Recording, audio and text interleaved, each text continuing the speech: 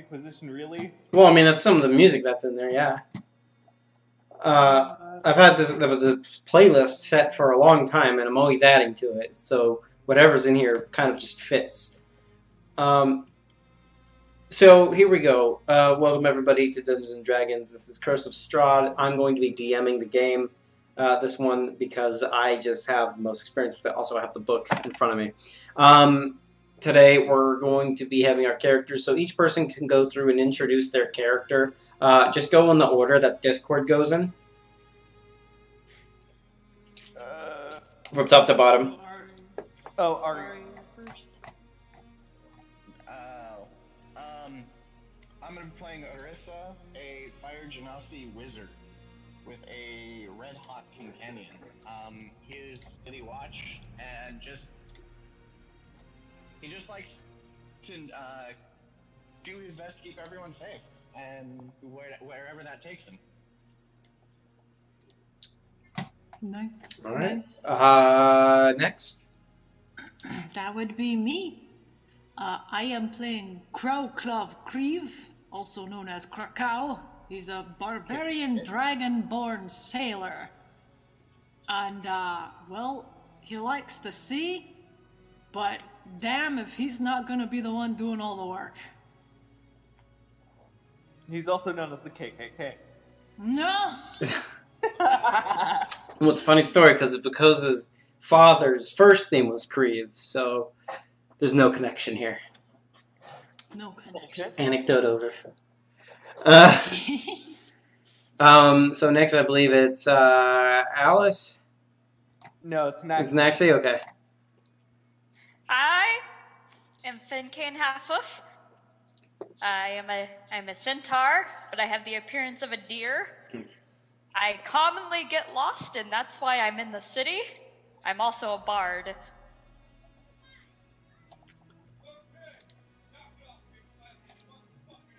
What the fuck was that?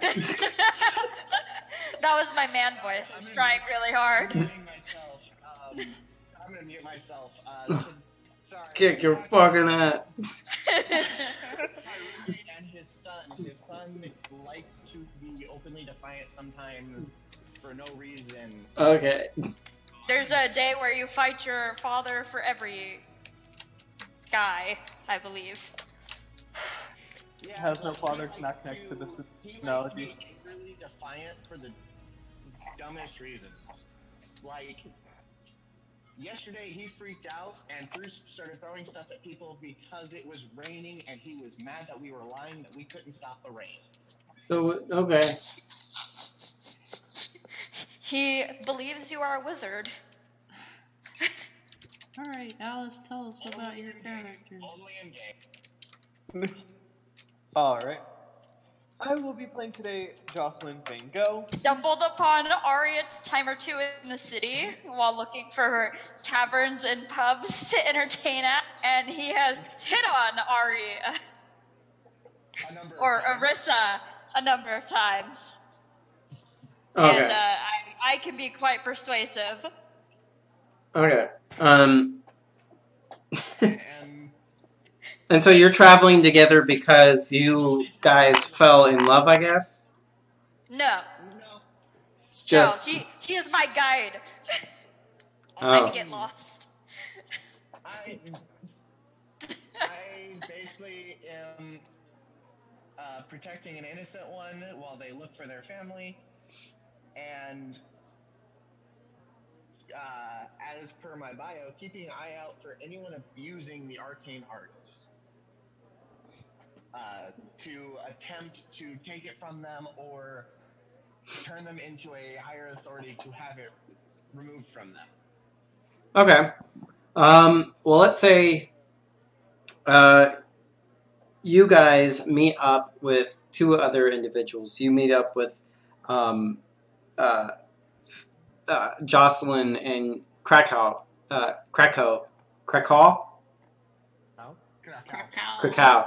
You meet up with Krakow, and you guys essentially do a favor for one of the ladies of the Sword Coast. You guys went and cleared out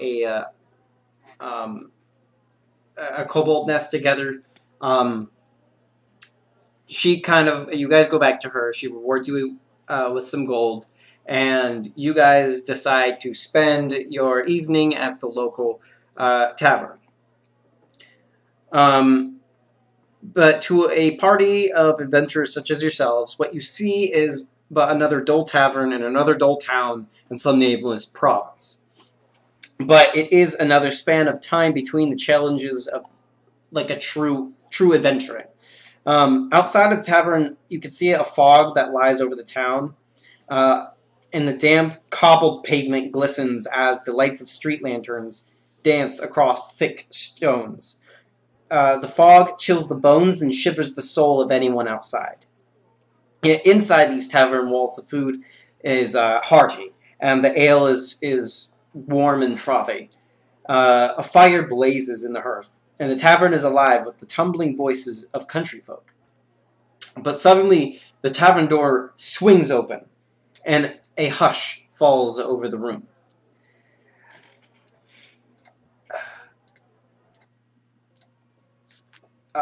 Framed by the lamplit fog, a form strides through the doorway. His heavy booted foot falls, and the jingle of his coins shatter the silence. His brightly colored clothes are draped in loose folds about him, and his hat hangs askew, hiding his eyes in shadows. Without hesitation, he walks up to your table, stands proudly in a wide stance with folded arms.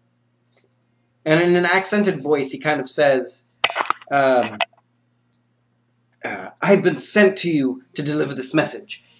If you be creatures of honor, you will come to my master's aid at first light. It is not advisable to travel the Slavish woods at night. He pulls from his tunic a sealed letter, addressed to all of you in beautiful flowing script. He drops the letter on the table. Take the west road from here some 5 hours. March down through the Slavish woods. There you will find my master in Barovia. Amid the silent stares of the patronage, the gypsy strides to the bar and says to the wary barkeep, Fill their glasses, one and all. Their throats are obviously parched. He drops a purse heavy with gold on the bar, and with that he leaves. The babble of tavern voices resumes. Although somewhat subdued, the letter is lying before you. The seal is in the shape of a crest that you don't actually recognize.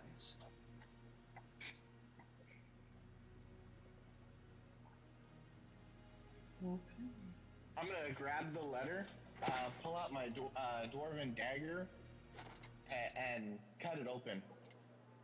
Or pop it open, break the seal. Okay, so you break the seal on it. And you read a letter in nice handwriting that it says, Hail to thee of might and valor. I, a lowly servant of Barovia, send honor to thee. We plead for thee so desperately needed assistance.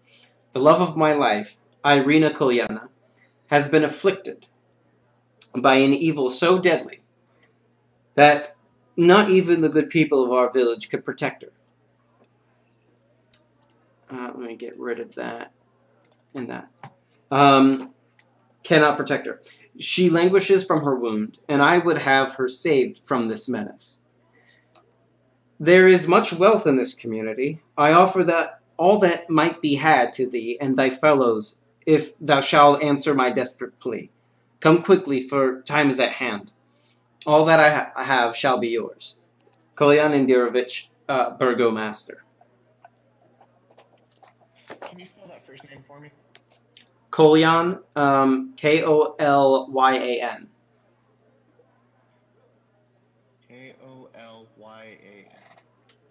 Alright.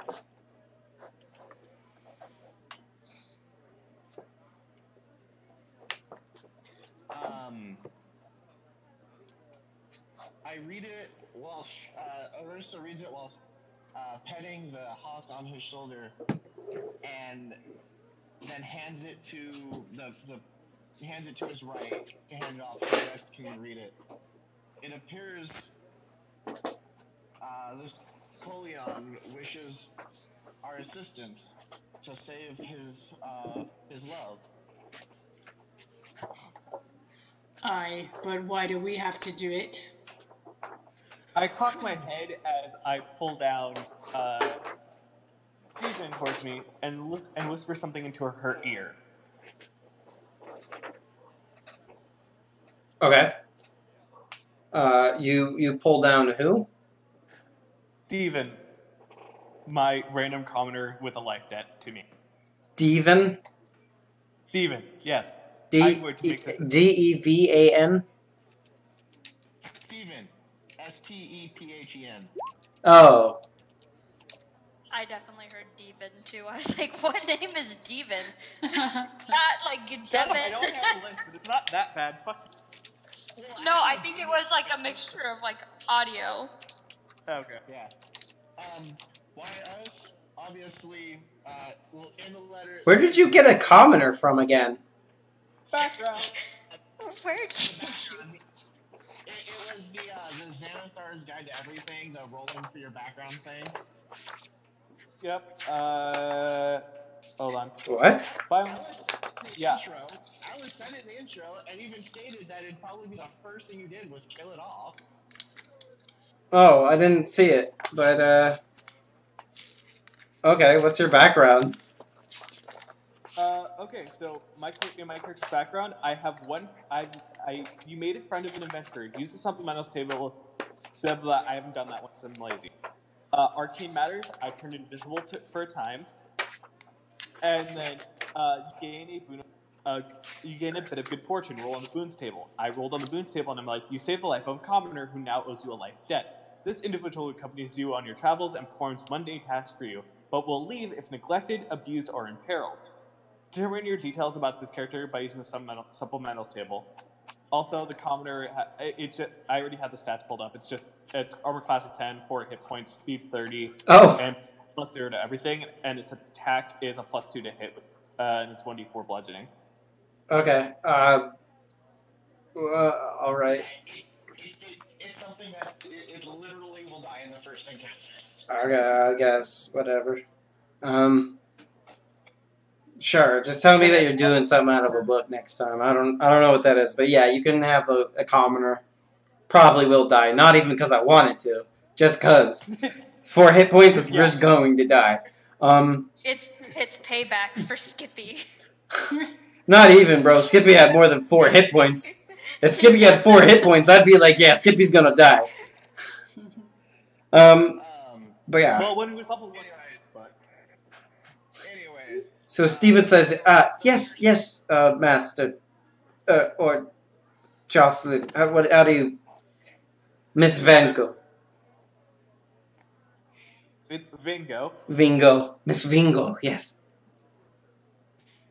Sorry, I never really went to school. To answer your question, Cacao, in the letter it states the city was unable to defend and save her, and she has been afflicted by some evil, and we appear to be the next best option. You guys could assume that your deeds in saving one of the sword, or doing a favor for a lady of the Sword Coast, probably got widespread, or at least fast-traveling news.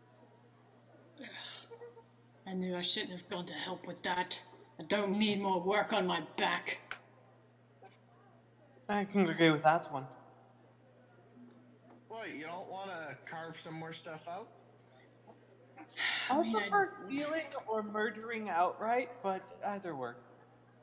It sounds like fun to me. And maybe they know something. Well, at the bare minimum, we can always go, hear what they have to say tomorrow, and if we don't like it, we can leave. Aye. That's fair. After all, they did pay for our drinks. It'd be rude not to go and hear them out.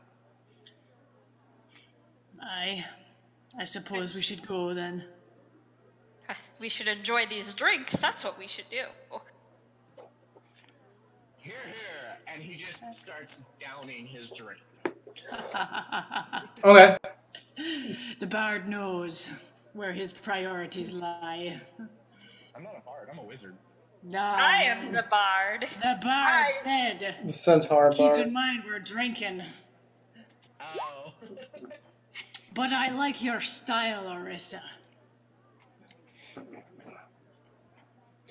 So do you guys decide to finish your drinks and go after the person? Well, the letter says to meet in the morning, correct? No, it just says come to my place. But the By person was supposed to morning. go in the morning. Yeah, by morning, reach his place.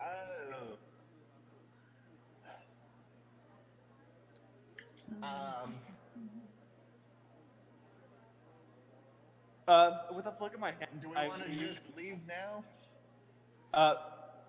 I look at them and say, "Give me a moment," and I flick my hand to wave Stephen off, and I turn back to the group.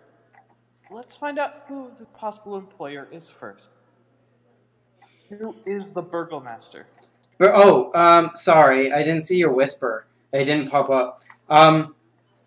Like as in, I didn't automatically scroll down. Yeah.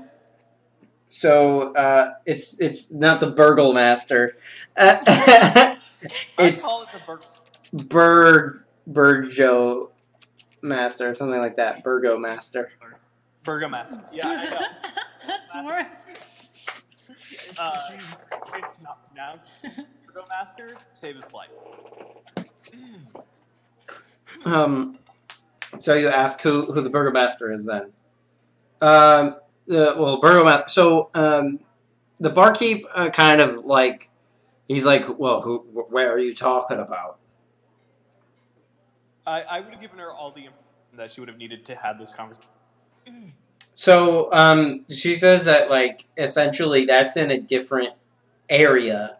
She says that she assumed, or sorry, he says that he assumes that the burgomaster is who he says he is. It says like it sounds like a good deal to him, because burgomasters are kind of like mayors, but like they aren't really like so like I don't know the mayor of the next city over, but I know my mayor. So that's essentially what they tell you. They're like, I don't know who the burgomaster of where Barovia is, but, you know, that's not our burgomaster. And we're not in Barovia. Yeah. They said head due west into Barovia.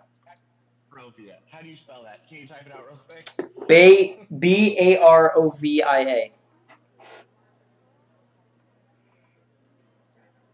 I put it in chat. But Yep, I see it. once we get back, I say, notes this time. I mean, because I'm not taking notes for you, motherfuckers. I'm trying. But yeah, so essentially that's all the information you really get out of the barkeep. okay. Everyone ready?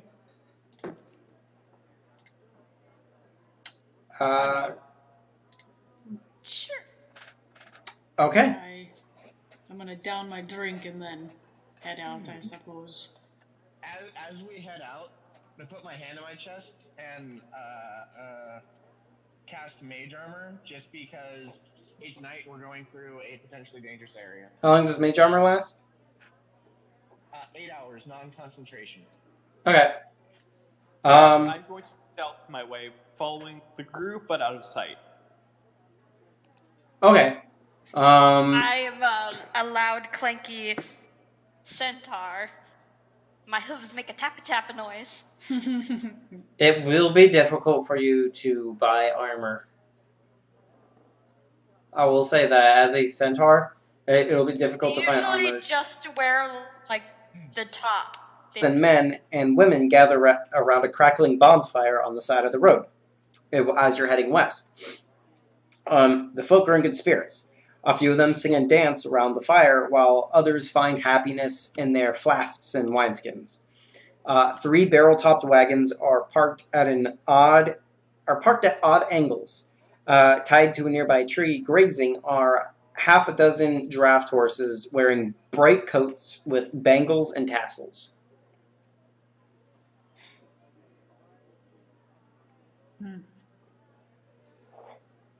I want to play my lyre, which is my instrument. You As we walk by. roll a performance check. I'm going to sneak into the camp and get a look at things, but not try to steal anything. It's not necessarily a camp. It's like some people with their wagons sitting around a campfire on the side of the road. Okay, well, I'm just going to go in to get a closer look, and if there's anything grabbable, kind of like out of one of the back of the carts that I can quickly grab without making any noise or as little as possible, I'll do that. I turned off the toggle. I don't know how to whisper to myself now. Just write GR. Yeah, I did it. Stupid.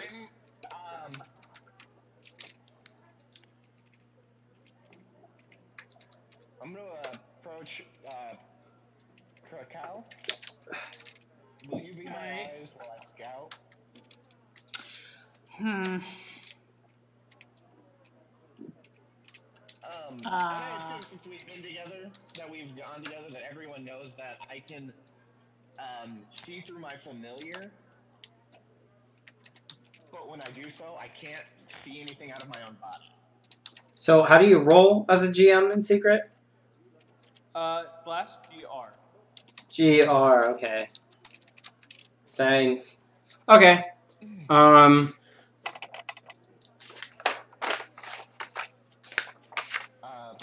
okay, will you be my eyes? And I'm gonna put my hand on the back of her shoulder so she can lead me. And I'm gonna send Nebula, my hawk, out to look around to make sure that nothing's around us. And I'm gonna snap my vision into my hawk, so I'm seeing through my hawk. But what about my 19 performance? I'm just gonna walk. Your 19 performance is good. I'm doing a whole bunch of stuff right now because everybody's doing something. I'm just looking for. I was trying to do one step at a time. I'm looking for a modifier real quick. Okay. Guild, all it is I can still feel things, so you can lead me around. It's like leading a blind man. I can still feel everything, and you can't see anything because and I can't hear anything. I'm seeing and hearing through my hawk. I can speak, but I cannot hear. Which means that while my hawk is doing surveillance, I can tell the group exactly what I see from the group. Very cool. So as you're approaching from the back, Alice, somebody sees you.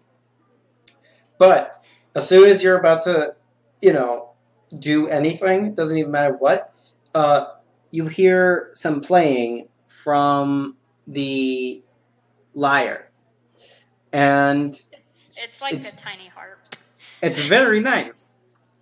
And the Vistani that were talking, or these gypsies that were talking and were just kind of like having, just talking amongst themselves, kind of fall silent and just listen to the thing playing.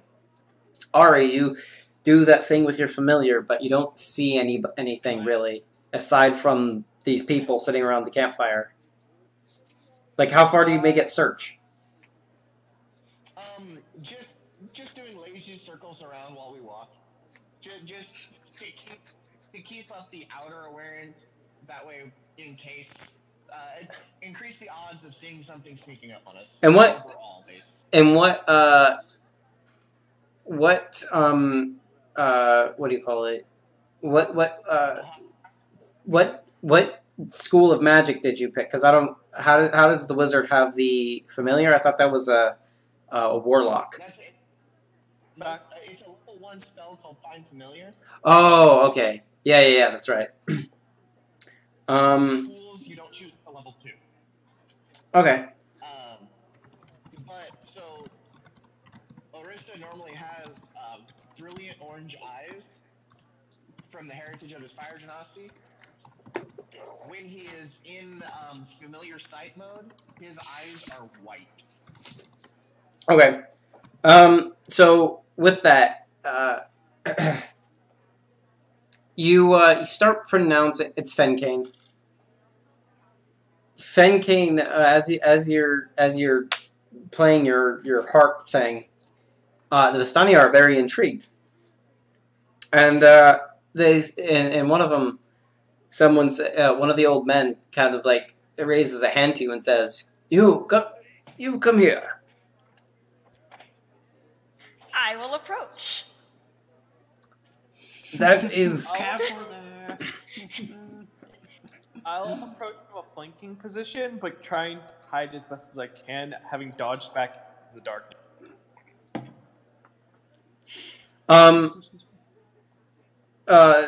So they saw you and you're going back into the darkness. Yeah, going back in the darkness, hiding, keeping as close as I can to the group, but within earshot in case shit goes down. Okay, I'll say maybe there's a boulder about 40 feet away. Okay. There you go, right behind. Go ahead and roll your stealth. Roll my stealth. I am completely reliant on Kroka letting me know if shit goes south if my eye isn't directly looking. I am just walking Orissa around the fire, and I'm just continuously like, "Ooh, don't fall in the fire now." And well, essentially, you're all kind of invited with her doing that. You're all kind of invited to come sit. Like, it's not just her. Like, they called her forward, but like essentially gestured to your group if you all want to come sit down. Fenton is a boy. Oh, sorry. Yeah, cross gender playing. It'll take a bit. Yeah. Yes. I'll walk out. I'll still stand. I'll be a little bit away from the group, but I'll be present. I'm Okay. like a little bit dancing as I like enter into the area. I'm like swinging my tail. He says, You're flaming. "Are you still circling, Gills?" No, I'll follow the little deer. Okay. I'm not little. I'm like 7 feet tall. Okay. Okay, Ari. Then. All right. Ari, All right, lad. while you're in your bird's face, you can't hear or see anything out of your normal face, right? So I can still feel, like, if Yeah, someone were you to can attack feel. me- If somebody were to attack you, you can feel, but you can't hear or see out of your normal face yet. Correct. So, Oh. So you're just still standing there. yeah, I'm standing there, circling Okay. for a couple more minutes.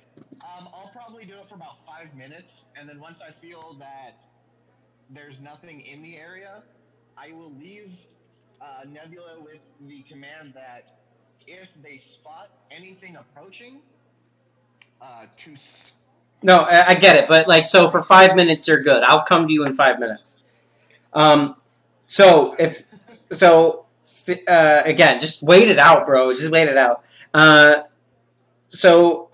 you approach Naxi, the guy kind of laughs. Like, the old man that spoke to you kind of laughs because he can tell everybody's kind of apprehensive, and says, "Don't worry, we have no wish to hurt you or make enemies. I actually believe that your music is very lovely, I must say." I'm gonna like bow. Okay, as you kind of bow, he says, "In trade for entertainment, I have a story to tell you, if you wish to listen." Well, of course I would love to listen. And I'm gonna like sit down, like pull up my deer butt on the ground and like sit hooves forward. So he fills his mouth with wine, and then he spits into the fire that's around him, and the flames turn from orange to green. And as this happens, they dance and sway, and a dark shape appears in the bonfire's core. "We come from an ancient land whose name is long forgotten. A land of kings, Our enemies forced us from our homes, and now we wander the lost roads. The dark shape in the fire takes the form of a man being knocked from his horse, a spear piercing his side. The old man continues, One night, a wounded soldier staggered into our camp and collapsed. We nursed his terrible injury and quenched his thirst with wine. He survived. When we asked him who he was, he wouldn't say. All he wanted was to return home, but we were deep in the land of his enemies. We took him home as one of our own and followed him back toward his homeland. His enemies hunted him. They said he was a prince, yet we didn't give him up, even when their assassins fell upon us like wolves. Deep in the bonfire, you see the dark figure standing with a sword drawn, fighting off a host of shadowy shapes. This man of royal blood fought to protect us, as we protected him. We bore him safely to his home, and he thanked us. He told us, I owe you my life. Stay as long as you wish, leave when you choose, and know you will always be safe here. The figure in the dancing fire vanquishes its final foe, then disappears in a cloud of smoke and embers. The old man's face becomes a somber mask. A curse has befallen our noble prince, turning him into a tyrant. We alone have the power to leave his domain. We've traveled far and wide to find heroes such as yourselves, to end our Lord's curse and put his troubled soul to rest. Our leader, Madame Eva, knows all. Will you return with us to Barovia and speak with her? I'm gonna wipe away a tear and be like, it's so sad. I cock my head slightly. 5-minute period. I cock my head slightly, pulling out one of my daggers, starting to twiddle with it in my fingers. And I say, it seems like a lot of people want to see Barovia these days. And he basically asks, well, whoever asked you, were they dressed like us? And you can see that the people who are dressed there currently are dressed in very gypsy-esque clothing. And the man who gave you the letter was definitely not. I shake my head. I say, no. He said, It was sent by someone named the Burgomaster. the Burgomaster. Well, there's a couple of Burgomasters in Barovia. It depends on which city you're going to. But for us, we are the only ones that can get into Barovia. So whoever wants you in there can't even travel with you to get there. I guess it's lucky you found us.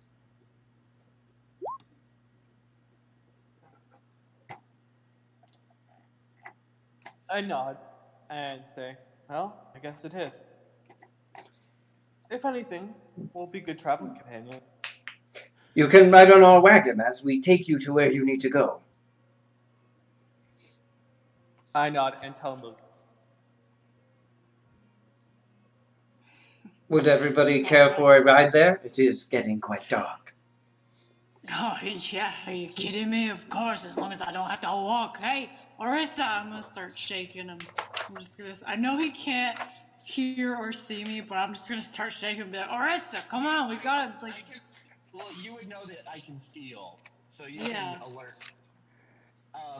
So yeah, I'm gonna leave Nebula with command that if they see anything coming towards us, squawk 3 times, and I'm gonna snap back to my own senses. Yes? Sorry, just wanted to make sure that nothing was approaching. we're getting on a wagon. We're going on a little adventure to Barovia. I'll walk alongside if that's okay. I think I'm a little heavy for a wagon. Yes, please do that. This dude just called you fat, Fencane. I am not fat, I'm chubby, okay? I All right, mates. And wait for them to show which cart we're going to be loaded on. They show you the cart, and as you all get on it, minus the centaur, they do start heading west. And as you are walking west, a heavy, heavy fog begins to befall you. Your journey to the west begins with a lot of haziness that you can't see through, but it seems that the gypsies in your party seem to just know exactly where they're going. You guys can't see past the cart you're on. You can't even see the cart in front of you, hardly. I'm gonna hold on to the cart. You do that, and you're fine. So I pull Steven into my lap and let her rest her head on my chest as I keep an eye out, still holding a dagger, twiddling it within my fingers. You do that. And you keep your eye out and you focus on anybody who, may come within contact or seems dangerous. You keep your guard up, and you don't see anybody trying to, give you any hard times, at least, during your journey. It seems that this kind of protection, these people know exactly what they're talking about. We're telling you the truth, that they're the only people that can get in. Let me see here real quick. Yeah. So, as you travel west through this fog, it begins to clear up. And you are now on, as you see a sign dictate it, the old Svalich Road. And you can see black pools of water standing like dark mirrors in and around the muddy roadway. Giant trees loom on both sides of the road, and their branches clawing at the mist. And you guys are traveling for about 2.5 hours before you arrive to where the fog spills out of the forest to swallow up the road behind you. Ahead, jutting from the impenetrable woods on both sides of the road, are high stone buttresses looming gray in the fog. Huge iron gates hang on the stonework. I'm going to cast Produce Flame to create some extra light. Okay. Okay. Huge iron gates hang on the stonework, and dew clings with cold tenacity to the rusted bars. 2 headless statues of armed guardians flank the gate, their heads now lying in the weeds at their feet. They greet you only with silence. Don't like the look of this place. For the record, Produce Flame is a 10-foot bright light and 10-foot dim light. Okay. Just as a point of note. Yeah, that's fine.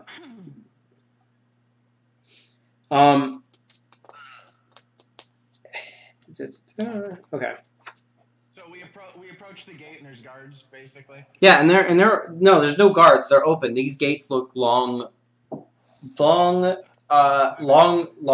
decrepit. So again, like the heads of these giant stone guards are just resting in the weeds at their feet.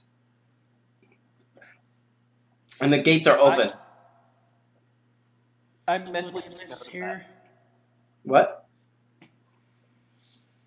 I mentally take a note of the statues and then continue on. I mean, these are tall statues. Must be at least like 7 stories tall. Yeah. And as you continue going through, as you go through, the gates behind you. If you need me, and I'm gonna snap back to Nebula since we're in the cart. As you guys pass through, the giant gates behind you automatically close. And you actually see them automatically open when you guys are approaching. So they automatically open and automatically close as you come through. That's a neat trick. Fancy. And you're in these heavy woods. I mean, towering trees whose tops are lost in heavy gray mist. block out all but the death gray light. Like redwoods? Yeah. I wouldn't say like redwoods, but I would say I just know those are like huge trees. they're not. So they're not huge. I mean, some of them are very huge in certain areas, but like generally, this is just like some normal, typical trees. I mean, like oaks. I mean, maybe even some pine up near the mountains. Okay. Oak, fir, pine, that kind of thing. Yeah, just traditional trees. It's a very hilly and mountainous region, as you can see. There's mountains in the area, in the distance off to the north, or sorry, off to the south. There's a mountain, but other than that, there isn't much of anything. So it's off to your left, but off to the right, it's generally flatlands, but very hilly. I mean, these block out all but death gray light. The tree trunks are unnaturally close to one another, and the woods have the silence of a forgotten grave, yet exude the feeling of an unvoiced scream.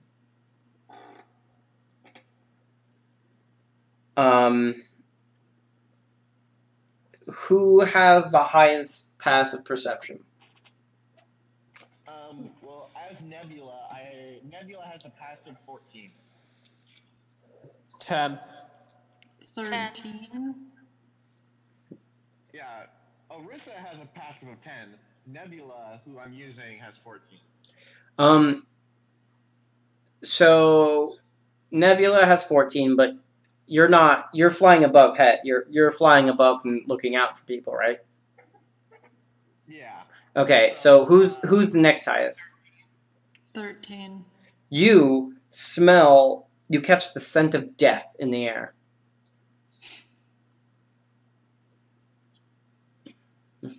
Mates, I smell something that's not right. Do you call for the wagon to stop real quick? Yeah, I suppose it's probably a good idea. Okay, so the wagon stops.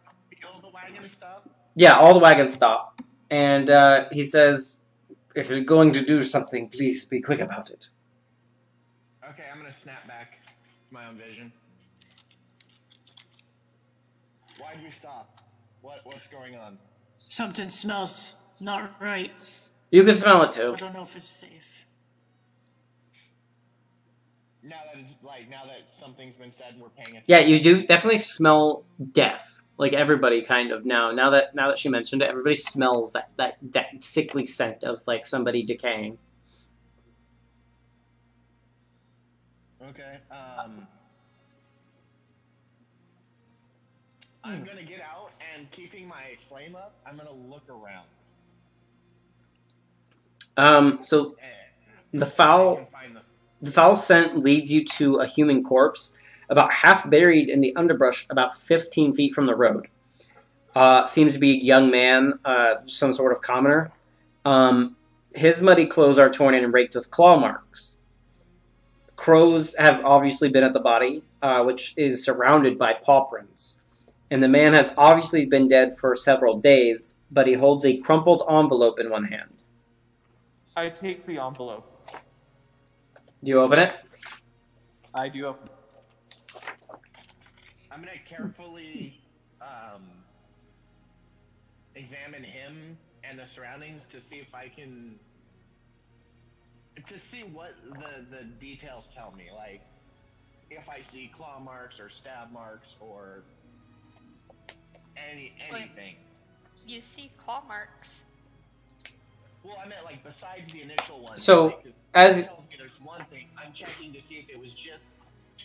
I'm trying to see if there's more to it, or if it's just the. Is it what it looks like, or is there more? So, from what you can tell, I mean, roll a nature check.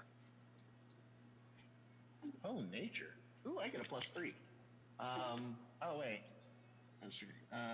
What did I roll? 20. Not that. Unnatural 20. Wait. You can tell by the claw marks that these definitely came from Either one of two things. Either it's just some large wolves or werewolves. But from how long this body has decayed and from the quite uneventful journey you guys have had, and plus you're close to woods, you can surmise that it could probably be just large wolves, but you don't rule out the possibility of werewolves, unless if your character does so. Yeah, could I gauge an estimation on numbers?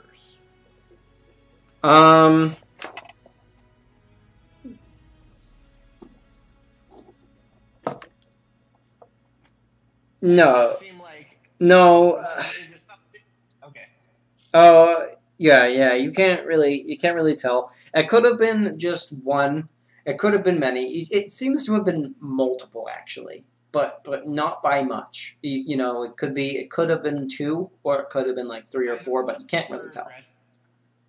Either one hyper aggressive or a couple. Yeah, due to the fact that it's decayed so much, like some of the scratch marks you're looking at could have possibly been. I mean, this guy is alone, so obviously he wasn't traveling with a group. I mean, it's just kind of dangerous to travel in the woods, so you can surmise that it was most likely normal wolves, especially if these guys are just traveling through with no problem. We should probably go back to the caravan. But in the letter that Alice opened, it's very similar to your guys' letter, and in the same, it's very similar to the first letter. But it says, "Hail to thee of might and valor. I, the burgomaster of Barovia, send you honor with despair. My adopted daughter, the fair Irina Kolyana, has been these past nights bitten by a vampire. For over 100 years, this creature has drained the lifeblood of my people. How dear Irina languishes and dies from an unholy wound caused by this vile beast. He has become too powerful to conquer. So I say to you, give us up for dead and encircle this. So I say to you, give us up for dead and encircle this land with the symbols of good. Let holy men call upon their power, that the devil may be contained within the walls of weeping Barovia. Leave our sorrows to our graves, and save the world from this evil fate of ours. There is much wealth untapped in this community. Return for your reward after we are all departed for a better life. Kolyan Indirovich, Burgomaster." But this one has different handwriting.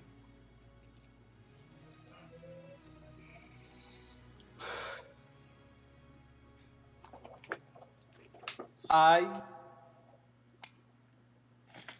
immediately go into my onto one of my belt loop and pull out one of my stakes and tell them, "Well, here's some news. Irina, the woman we're after, was bitten by a vampire. Powerful vampire, from what I can tell.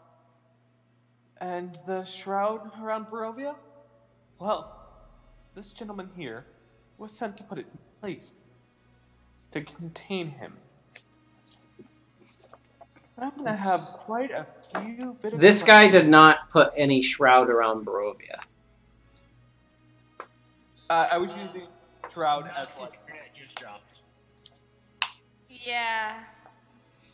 I'm back. I was like, what just happened? I was like, everything is quiet. I don't hear anything. And then I looked over and my internet just completely disappeared. What do you mean by shroud? I would shroud as term more as more of a, he's contained within Barovia itself.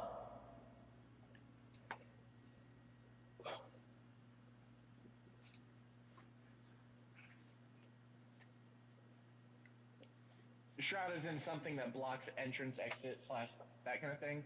Yeah. Yeah, so essentially the shroud and the Vistani have only told you, these gypsies have only told you that they can enter.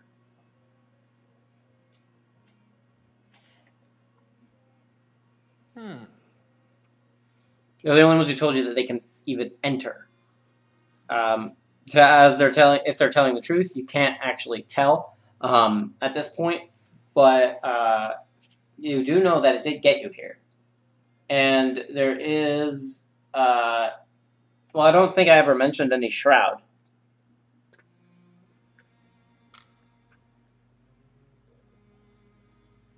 I just give the information off the note.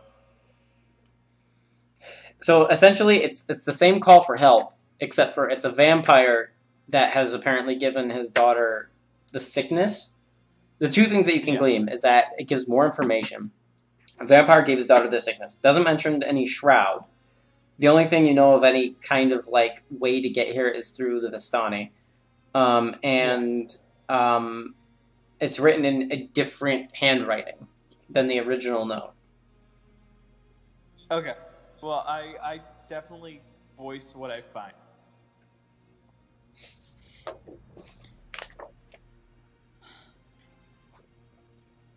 Maybe we shouldn't have come out here. The woman was killed by what appears to be a small pack of wandering wolves. Is that what's stinking? Oh yeah, you see a decaying corpse in front of you. Yeah, it's not fresh, but they could still be in the area. Everyone should at least keep an eye out. Alright. I put the note within my gear and proceed to walk. Let's continue forward. Yeah. Arissa's gonna jump back into the cart and go back into scout mode. Okay.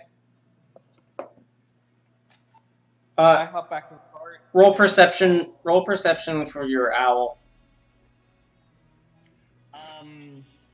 So perception is a +4, so roll 1d20 +4. How long does the familiar last? It's permanent.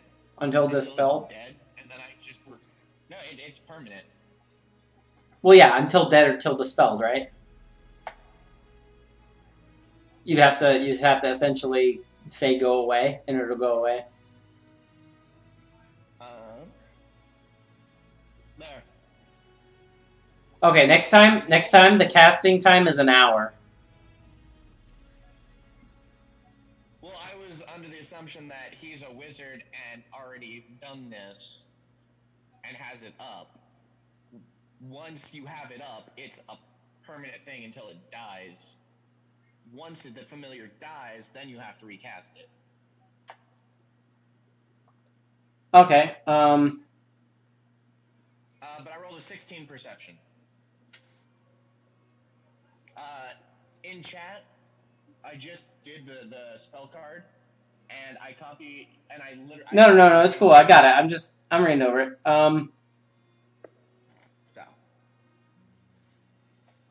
And it's a hawk, not an owl, right? Unless if it's just thematically an owl. No, it is a... Okay, forgive me, I said owl. If you go to my character sheet in my bio, in the character appearance, I have all of the stats for a hawk written down for you. Cool. AC, HP, speed, even the stats, all of it. Got it. Do you want it to take part in any battles, or are you just gonna have it be like a scout animal? No, it is a scout only. Okay, so for the purposes of battles, I can ignore it, unless if you specifically say otherwise. If I bring it in, it is fair game. But as of currently, she will stay out of battle. Okay. So you can also dismiss it as an action. Just remember to save it. It goes into a pocket dimension. And as for Spin, will be considered in combat if I bring her in, otherwise ignore her. Unless you want me to give me an extra character sheet. Steven? Pull out in like... Steven doesn't follow you in any battles. That's peril. He does. Yeah, that's peril, and the DM controls Steven, probably. That's like having the knight background. The squires don't follow you into battle. Okay. Oh yeah, we'll go over the details of it after. Okay. So yeah, you guys get back on the carts. Keep going. Yep. Yeah. Yeah. I'm gonna reach in my pouch and bring up my arcane focus, which is a giant Orisa garnet, which is my namesake. Or not giant, but a large enough to be an arcane focus, and I'm just gonna hold it while I scout. I'm going to hold up. I'm going to keep a stake in one hand and a dagger in the other as I sit in the cart with Steven. And I'm gonna talk to Fencane, since we're kind of in tandem right now. Are you guys talking about anything important, or is it just filler? I know a lot about water vehicles. You, You want to learn about boats, lad? I've never been on a boat. Would they accommodate for someone of my size? Oh, for sure. We always have horses on board when we go into battle. So as you guys are talking, you come and you're traveling for another few hours before you come across the river. And the river flows as clear as a blue winter sky through the valley. Off to your left by quite a ways. In the distance, you could see that the river is roughly about 50 feet wide from your estimations, with a depth ranging from anywhere from like maybe 10 feet to whatever, because you can't really see it from that distance. You can see arching... What the fuck? What is that? Oh, Ari said Anyway. Sorry, my head. Yeah. Bluetooth headphones freaked out. Arching stone bridges span the river at 2 points, one near the village, way off in the distance, and you're coming up on it after a few more hours. So it's been about 6.5 hours by the time you actually get here. But, I think there's only about an hour and a half of mage armor left. yeah, oh, yeah. It's a long way. Luckily, you guys were in a cart because it cut the time down by half. That is a good thing.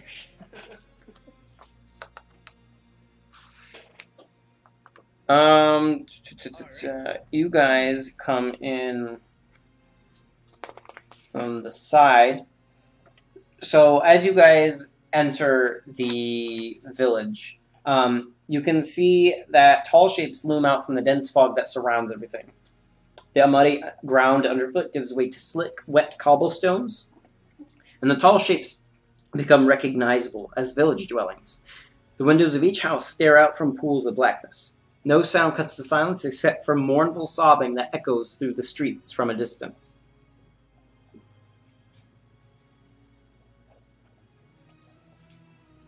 Why are the people sad? Well, there's one person that you can hear crying. That's it. Everything else is... Very, I don't like this town. You're a very sensitive fellow, aren't you? As you guys kind of travel into it, a single shaft of light thrusts illumination into the main square, its brightness looking like a solid pillar in the heavy fog. Above a gaping doorway, a sign hangs precariously askew, proclaiming this to be the Blood on the Vine Tavern. You can see that the sign initially says Blood of the Vine, but an N has been scratched over the F. And the ones finally, from the outside, you can see that this finely appointed tavern looked like it was at one point, but now has grown shoddy over the years. I walk over to the tavern and try to open the door. So as they pull up to the tavern, the people on it say, "As you travel west, this is as far as we can take you. But as you travel west, there will be a footpath that will go off of the main path. Take that; it will be to the right, and there you will find the one that you seek for help." I nod and think. But this is where your Kolyan Indirovich lies. Seeing everyone approach the tavern, I'm gonna snap back to Orisa. Okay. Everybody, what are y'all doing? Getting off, staying on, asking questions? I would have gotten off for even to stand off to the side in case something goes down, and I'm going to try the tavern door to see if I can open. It opens. I enter. Yeah, I'm gonna jump out and I'm just gonna walk straight into the tavern. All right. I assume everybody does this. Aye. So Fincane is very uneasy in this situation. He is like, I don't know where I am. I'm more lost. Fake Kane, but you go into the tavern. I am following closely behind our lovely cacao. Good. So you can Good see lad, that I might need you. when you enter, the building's about like 60 foot square. You can see that a blazing fire in the hearth gives some warmth to the few huddled souls within. You can see a barkeep, 3 more gypsy-like people that you can see sitting together, and another man who's blonde, white, sitting all by himself over in another corner. And you can see that the barkeep is very pale. Like deathly pale? Like, A little less than deathly pale. Okay. Yeesh. I Look walk at this over place. and order a bottle of. What? a I walk bottle of- over and I order a bottle of wine. He says in a very dull tone and you see him just kind of like cleaning a glass and then putting it down and going to another almost absentmindedly. He says, "We sell cups or pitchers. No bottle." Then I'll order a glass of wine. "That'll be 1 copper, please." I hand him 1 copper. And he pours you a drink. And he just goes right back to cleaning the I'm gonna look around the tavern. Does it look like it's falling apart? As I look around to examine the interior, what does it look like? What do I see? And I'm going for like basically the state of the place. Is it in desperate need of repair? Is it functional? It seems ramshackle. It seems functional but ramshackle. And the overall atmosphere of whoever's inside, are they scared, bored? Again, so the 3 sitting over in the corner, the other gypsies, they don't seem bored. They're just talking amongst themselves. They watched Alice get her drink, but other than that, are minding their own business. The barkeep seems like he's bored, or like staring off into space as he just cleans glasses. And the other guy seems also very normal, and sitting by himself with a pitcher of wine and a couple glasses set out. So nothing that would immediately make the hairs on the back of the neck stand No. up, if you would. I'm gonna go up and ask, sir, do we have any food in this establishment? Is there anything we can order? Or is it just the wine? To the barkeep, Correct. he says, just the wine. I look at it and say, how much would it take to fill a water skin with wine? A gold piece. I hand him 1 gold piece, and I hand him my water skin. It's a little less than a pitcher, but he like fills it up. I cork it and save it for later. Okay. As I continue to sip my wine. I'm gonna go sit down at an empty table. Facing the front door. Kane, Yes. you wanna let's go talk to these gypsies over here. They seem to like you a lot. Okay. Fincane is entirely happy to leave. Oh no, you're staying in the bar. You're just going over to another part. Yeah, but they're friendly.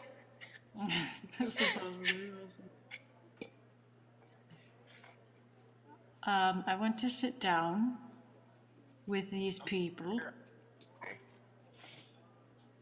And I want to ask them. You rode here in a wagon. As you walk over, they say, "What's your business here?" We rode in a wagon with your people. Your people? What do you mean, your people? Fuck off. These are my people, and he points to the 2 sitting with him.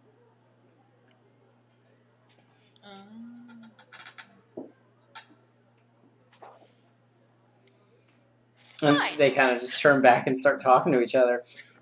And as that happens, you see the man with the blonde hair. He says, "Hail, friends, come over here. You can share of my wine instead of those cretins." And you can see the gypsies kind of give him a stern look, but then just kind of go back to talking amongst themselves.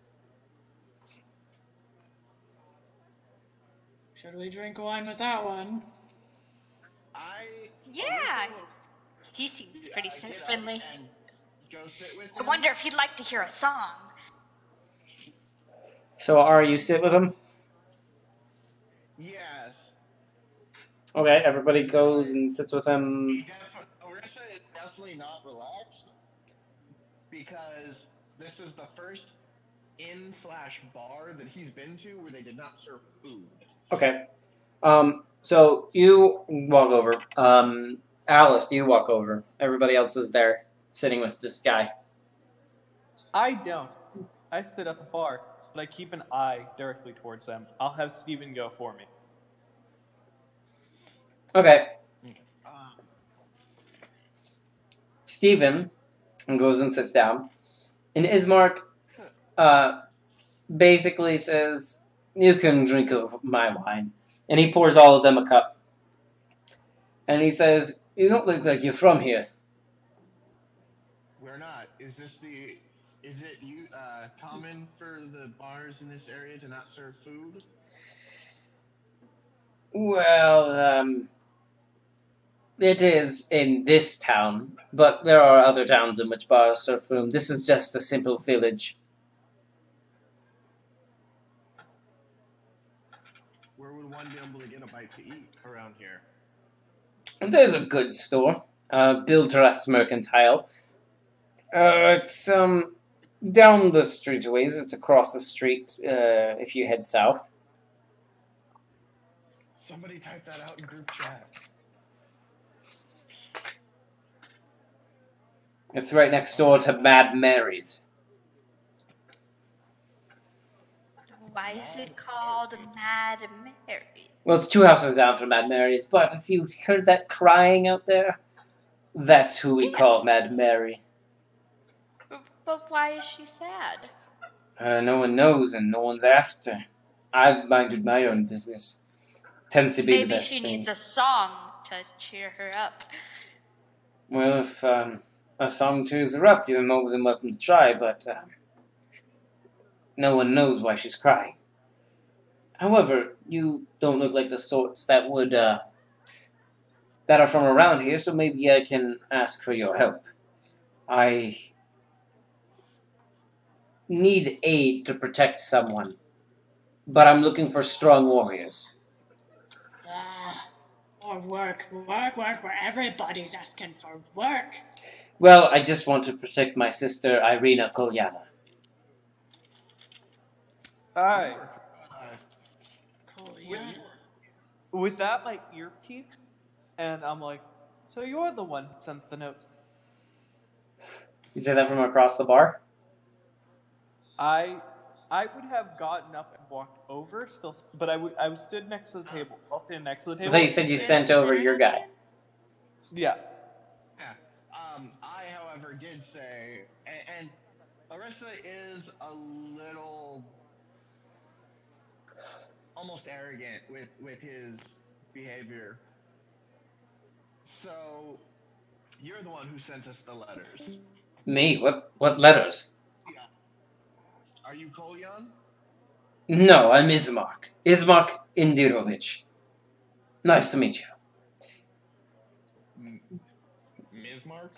Ismark, yes. People around here call me Ismark the Lesser because they say I lived in the shadow of my father my whole life. Kolyan.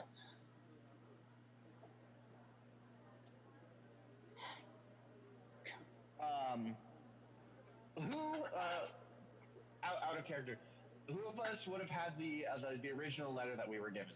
I would have held on to I it. know I started with it, but then I handed off so it can be. Alice would have had it. I have it. I'm sorry, my Jocelyn. internet is being really unfriendly today, and I missed like the full last 2 minutes. Welcome. This man is named Ismark, and his Ismark Indirovich, brother to Irina, the person that letter asked for help, and the son of Kolyan Indirovich. Okay. Jocelyn, do you have the letter we received at the bar? May I see it? I flick it up in my hand, holding it between 2 fingers. I still sit at the bar. I don't move.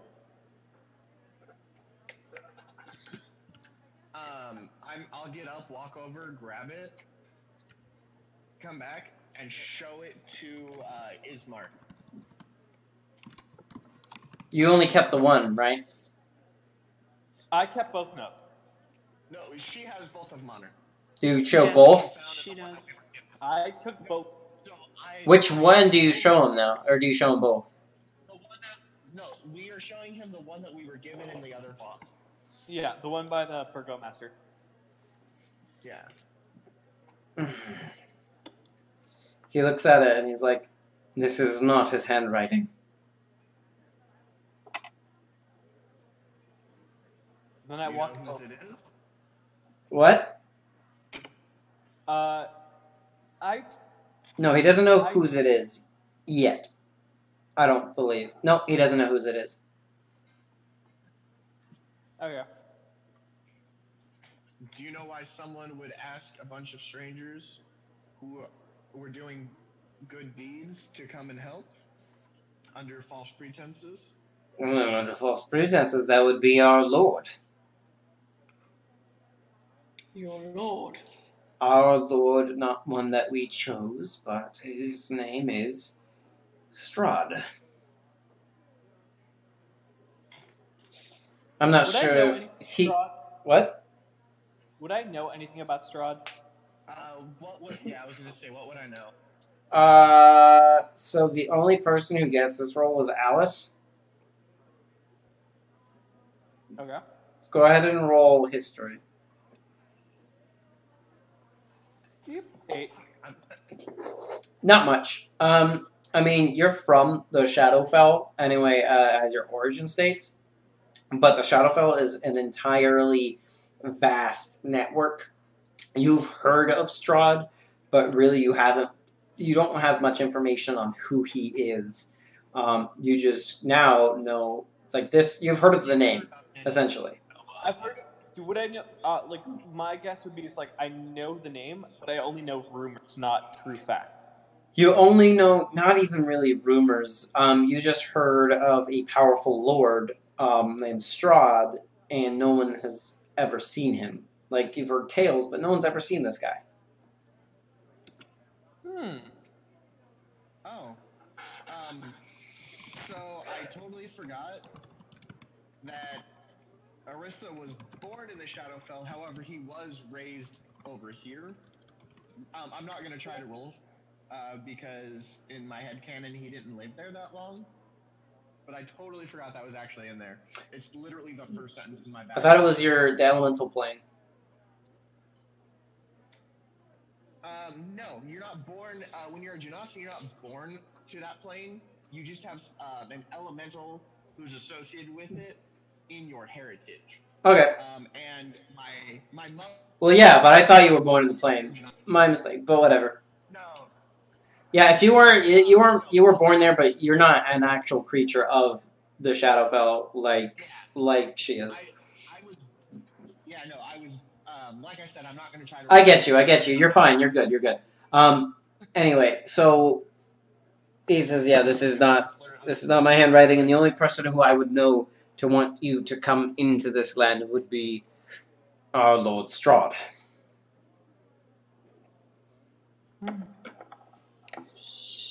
Tell us about Strahd. It seems that the only people who can enter and leave Barovia are his Vistani. And he gestures over to the gypsy people. He is quite powerful, and I believe he is in love with my sister.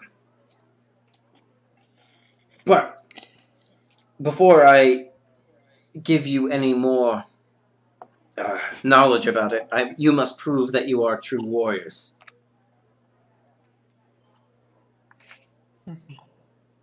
Well, at this point, I stand up from the bar and walk over and say, "Well, this'll be fun." And I pull out a snake. I'm gonna pull out my symbol of the city watch from my town and just kind of show it. Just like, I have been fighting things for quite a while. Nothing like this.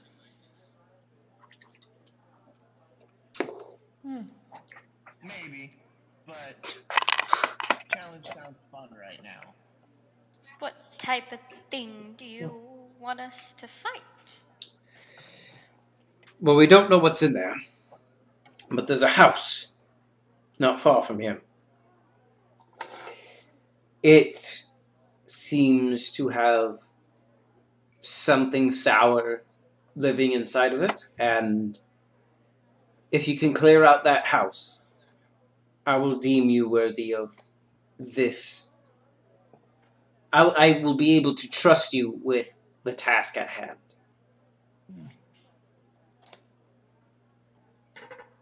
It's not Mad Mary's house, right? No.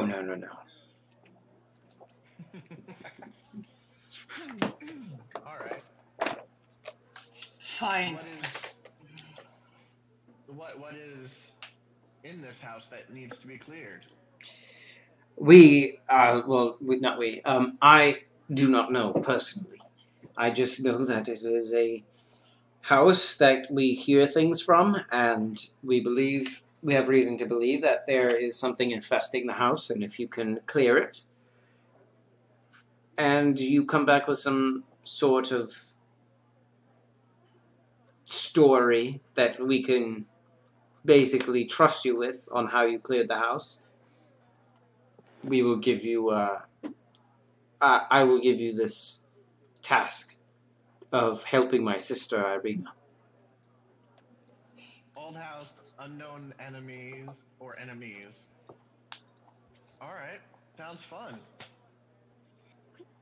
Out of character really quick. Would you say that in all of the 6 hours of travel that I would have gotten a rest? No. You said you were watching the entire time. That is true. Yeah, and isn't in the rules of resting that one of the only things you can do is keep a lookout? Yep. Not like that. You were watching the whole time. Like, are you talking about a long rest or a short one? A short rest. Just a short rest. Because of the one spell slot I spent. I wouldn't necessarily say so. You could have said on your journey at one point that you took a short rest, but until now, no. You were actively, because if you're taking a rest, you're relying on your passive perception. You were using a magical ability to go into your falcon, or your hawk, rather, and watching through that. So I wouldn't say that validates for any rest. The only time you came out of your familiar was to do when you smelt something. No, fair enough. Like I said, just asking. You're cool. So anyway, he gives you directions, and it's a little bit south. Do you guys wish to go? I'll go. Yeah. I will go begrudgingly. We should go to Mad Mary's house too. Is it on the way? I don't know. Well, yes. As you guys begin to trek south, that crying. Oh wait. Uh, It'd be a great time to take a break.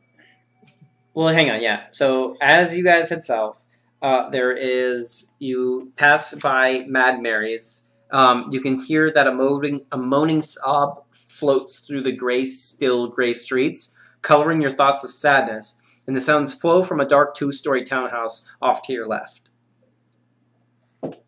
Hey, mateys, can we stop for a minute? Fincane wants to try and play a song for Mad Mary. But at this point, we can take a short break. We can take like a 10-minute break if you guys want. Yeah. Alright, sweet. All right. Okay. So 10 minutes, and just come back whenever you guys are in 10 minutes. Yep. Go back. So at 10:10? 10:10.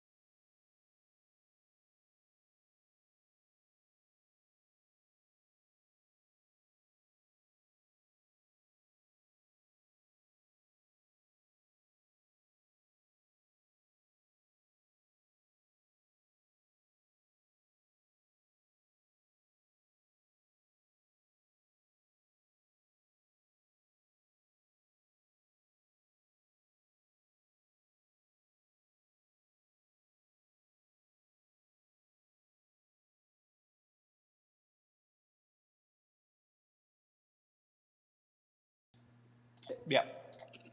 Gesture is a cutie patootie. There we go. Alright, so we're back. That's hooker. So you guys are passing by, I was about to say Moaning Myrtles, but Mad Mary's area. Moaning Yes. metal. It's apparently one of the most searched things on Google is Daniel Radcliffe Moaning Myrtle. He's like, no, absolutely not. What the fuck is wrong with you? That's like a 40-year-old woman who looks like a baby. Anyways, Yep. yeah, it was Fenkane that wanted to play some music for Mad Mary to try to cheer her up. I'm gonna go and knock on the door.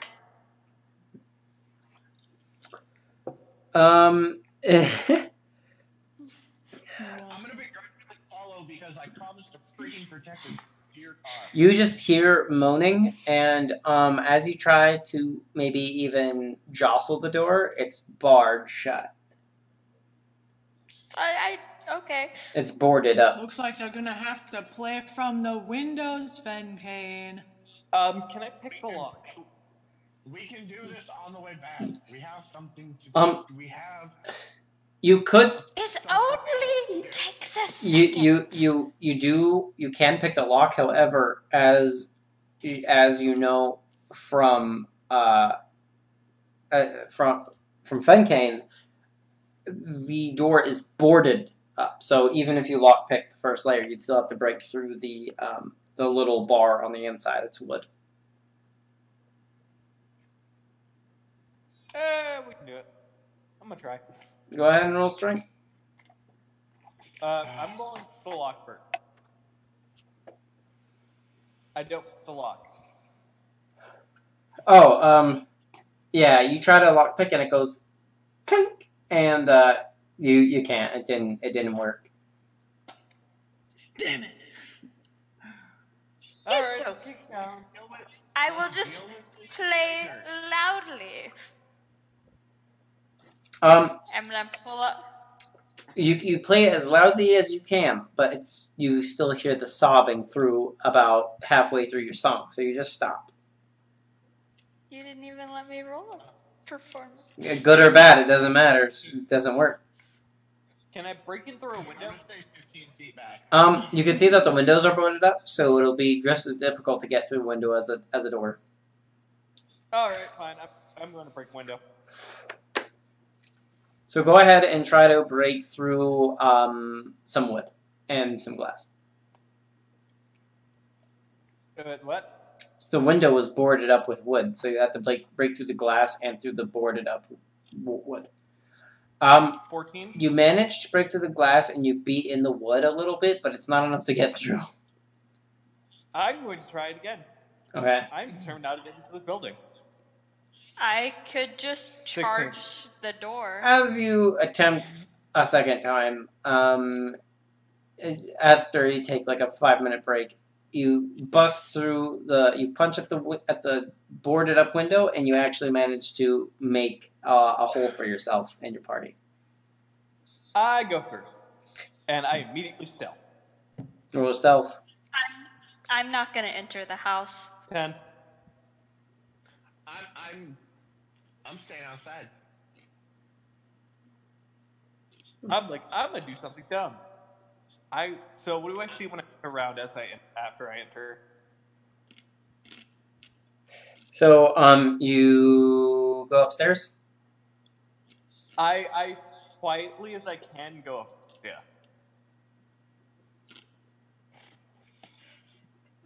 Okay, so you go upstairs, and you see it's about like 40 feet square, like the house. But you go upstairs, and there's in one of the bedrooms you open up, and because you hear the crying, you open it up and you see a woman clutching a doll, just crying in the middle of the room. Sorry, you cut out halfway through that. What did you say? There was a girl, a woman, an older woman, crying, clutching a doll in the middle of the room. I don't say anything, and I just keep watching. She just keeps crying. But as you watch, she kind of looks up, And she says, "Oh, I'm sorry, I didn't know anyone was here." Well, you had the place pretty boarded up. What's the It's wrong? my daughter Gertruda lived in this house for her entire life, and now that she's a teenager, she broke out of the house a week ago and has not been seen since. I am definitely afraid that something must have happened to her. How long have you been here? My whole life, this is my house.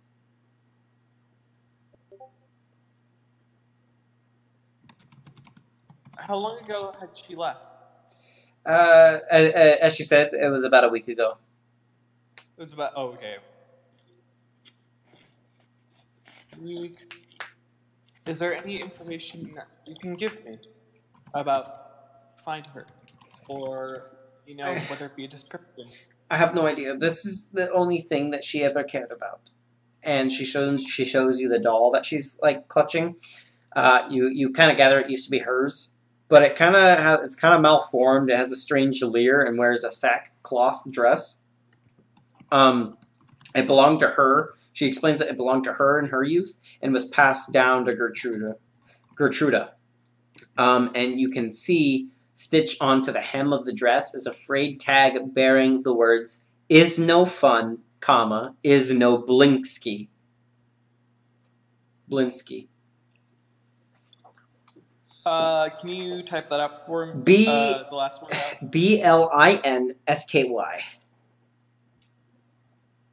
Is no fun, is no Blinsky. Blinsky. Blinsky.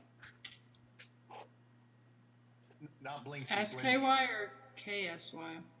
SKY. Blinsky. Blinsky. Bliet. There. 20 chat. No, I already got it, but I'm like saying it's no fun, it's no Blinsky. Is no fun. Is no. Blinsky. That.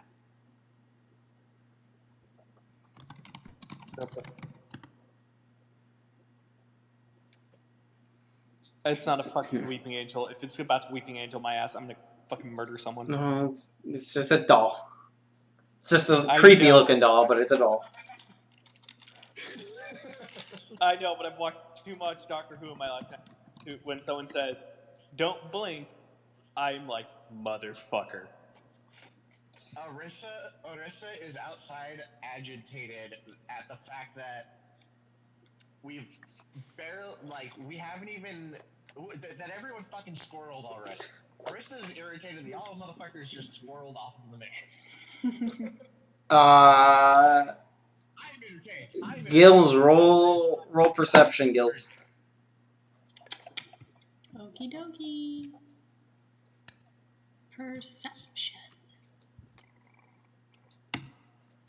17. That's a good look.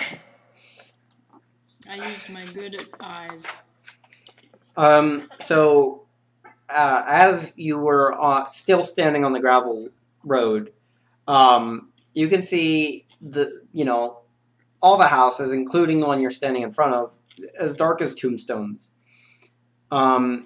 And you could see nestled among these, looking around, are solemn dwellings, are a handful of closed up shops. A soft whimpering draws your eye toward a pair of children standing in the middle of an otherwise lifeless street. Oi, Orissa, do you see that? And you see a taller girl and a younger boy, but both are very much children. And the boy is weeping and clutching a stuffed doll. And the girl's trying to shush the boy. It's 10 minutes non-concentration, and it sits in my hand. I'm gonna hold the flame up just so I can see better. Do they appear to be? Your flame would have gone out, but I say you cast it again. No, I said I'm casting. Okay. In response to the But yeah, no. Do they look injured?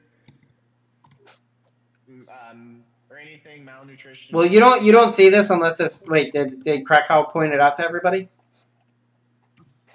To me, Yeah. Oh. what I saw. Okay. You can't really see if they're hurt from this distance. I will approach slowly. Come here, children. We will not harm you. As this happens, you can see her that she finally manages to shush the boy, and the girl turns to you, and she says, "There's a monster in our house." And then she points to the tall brick row house that has seen better days. Its windows are dark. It has a gated portico on the ground floor, and the rust gate is slightly ajar. The houses on either side are abandoned, and their windows and doors are boarded up.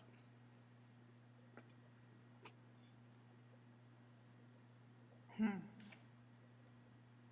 am curious. Something really quick.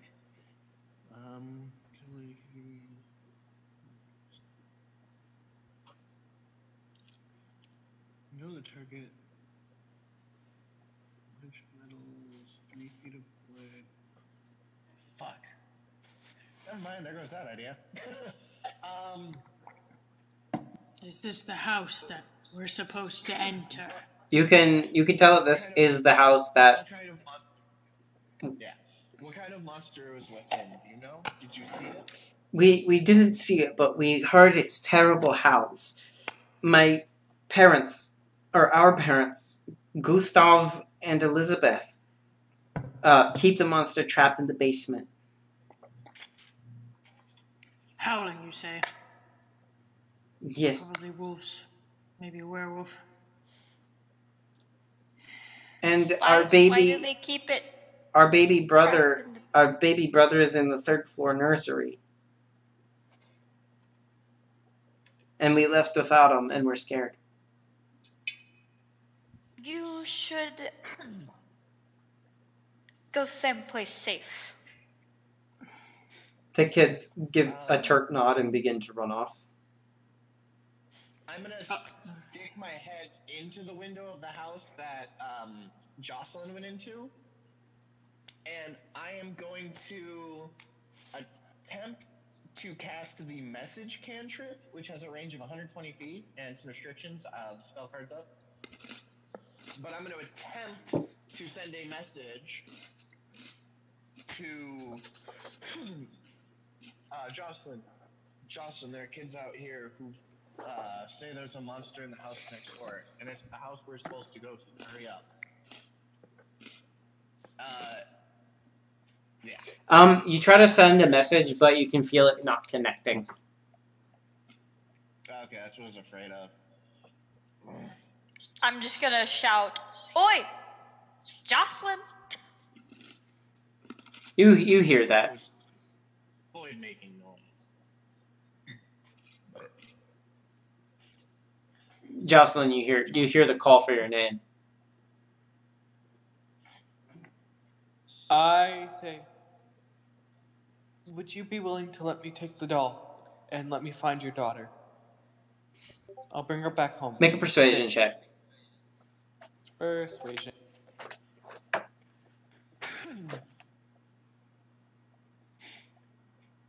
Ooh. 12.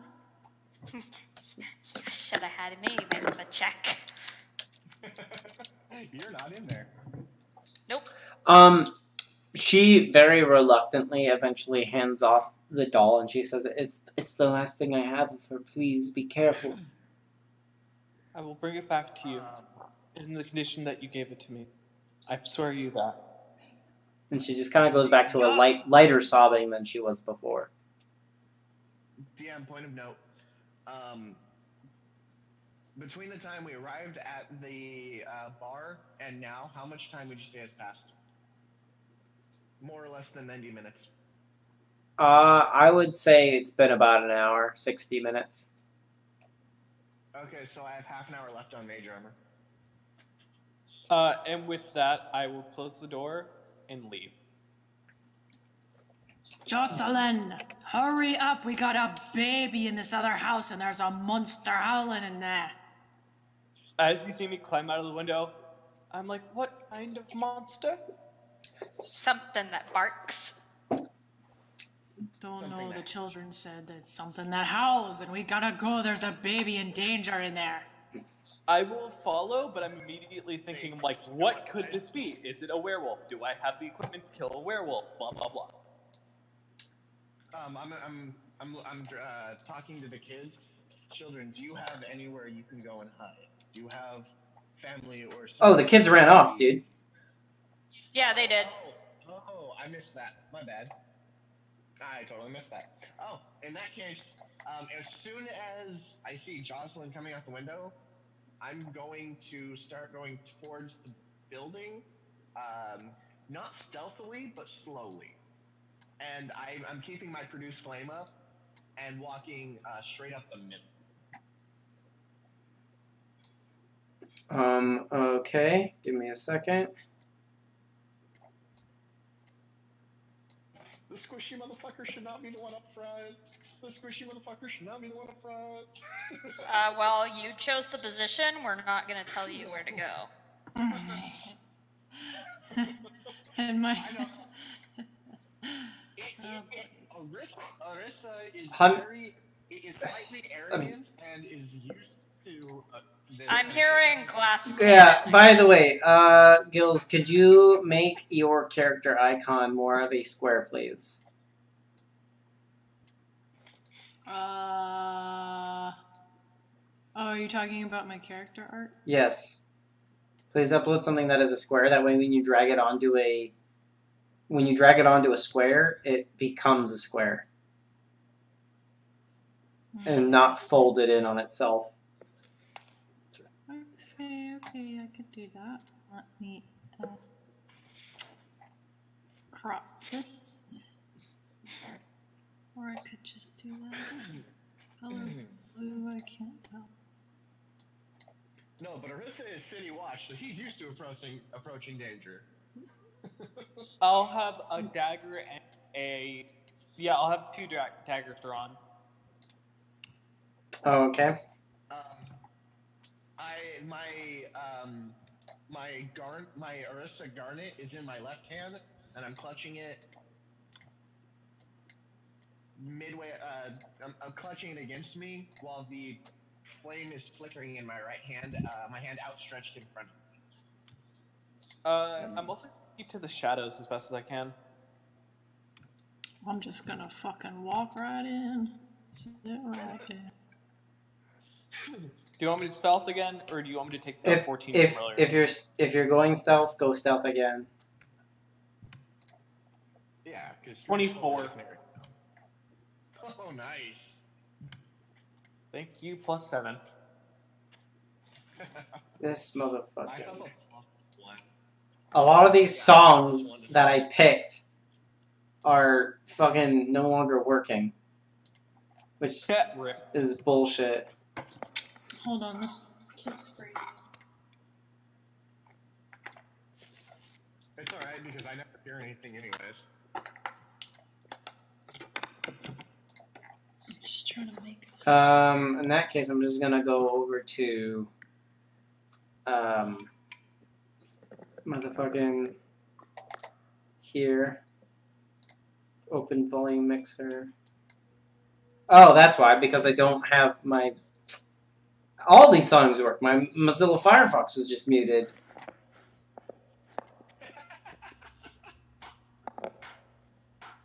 Good job. Don't you love when you do that? Okay.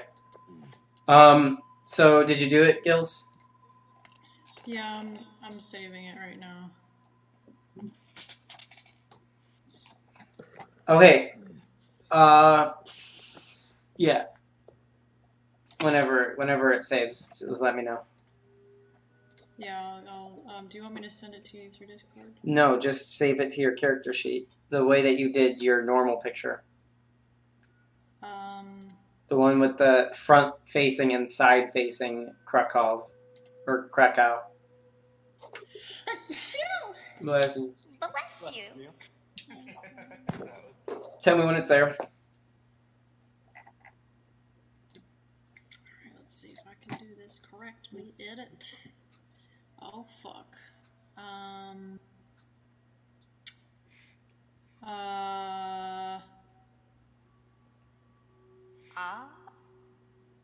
Do I need to change my avatar? I guess. Yeah, that's the avatar. Just put it, but just make it like the sideways facing one or the front facing one, and just that way it's more of a square. Okay, it's loading. All right, save. Awesome, I love that. That works so well. Oh, I want to see it. Oh, you'll see it. Don't worry. It's cool. It's nice. So this map is going to work a little bit differently, okay? This map is due to the way the page is displayed. The map is not set to a grid, so your ups and down arrows aren't actually going to do much here. You have to drag your character each space because you're not actually locked to any square. All right, you guys ready? Okay. Mm-hmm. You guys are entering the house. Mm-hmm. Scroll down. You may want to zoom out just so you see where you guys are. I see a black square. Me too. Yeah, I only see black. Oh, hang on. Let me give you guys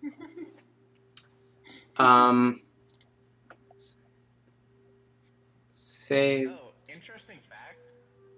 While dark vision is usually shades of gray, fire can also see in shades of red. Yep. Just cool flavor text. I like that out there just in case it matters. Oh my god, we're so small. Yeah, so you guys are smaller than the actual squares, but that's so you can easily fit inside of them. Oh, that's so tiny. Do you see now, Gills and Ari? Mm-hmm. Okay, everybody should have sight now. Yep, I got. This is called dynamic lighting. So, you guys can only see what is in front of you within your line of sight. So you guys can see through the windows on the outside, but you can obviously see the gate on the inside. It all finally. You guys can move your characters. Mm-hmm. Nope. Nope. Yes. Whoa. Because I am on mobile. Whoa. This is crazy. Here, Gills. Gills, you still have Gills. You still have access of Ari's character. I do not. Let me give you access to his token. I'm a cute little crocodile. The cutest. While we're getting this situated, do we want to wait a second and I can scout the grounds really quick? I asked. If you want. Might be safe. Okay, I'm gonna put my hand on Krokow's shoulder and I'm gonna bam my sight into Nebula and just do a quick roundabout. Okay, so you now have control of Ari's character, Krokow. So she goes around the place. I'm gonna circle the building, the grounds, 2 or 3 times, and just see if I notice anything moving inside, anything on the ground, just like a quick scout. How long does your scout take?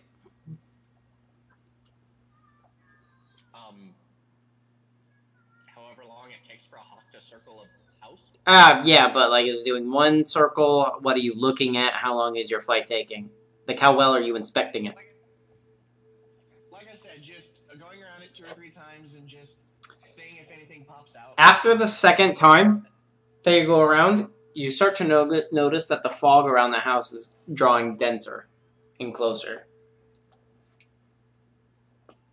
Like the fog is obscuring the house more. The longer I circle. Yeah.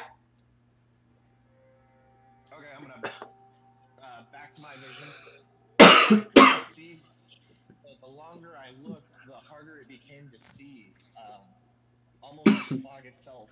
And everybody outside of the house can also now see the fog starting to slowly creep closer to you guys. That's I weird. start. There's no lock. You just open it. I open the door. I walk the fuck inside. All right. You walk inside and let me. You now see this. I'm gonna one to enter. I immediately take a look at the wall.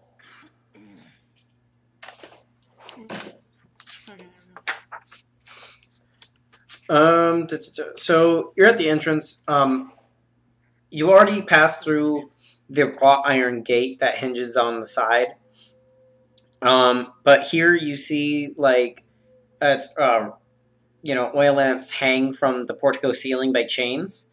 And hanging on the right side wall is a shield emblazoned with a coat of arms, a stylized golden windmill on a red field. Flanked by framed portraits of stony-faced aristocrats. Mahogany-framed double doors leading from the foyer into another area, because you're in the foyer, are set with panes of stained glass.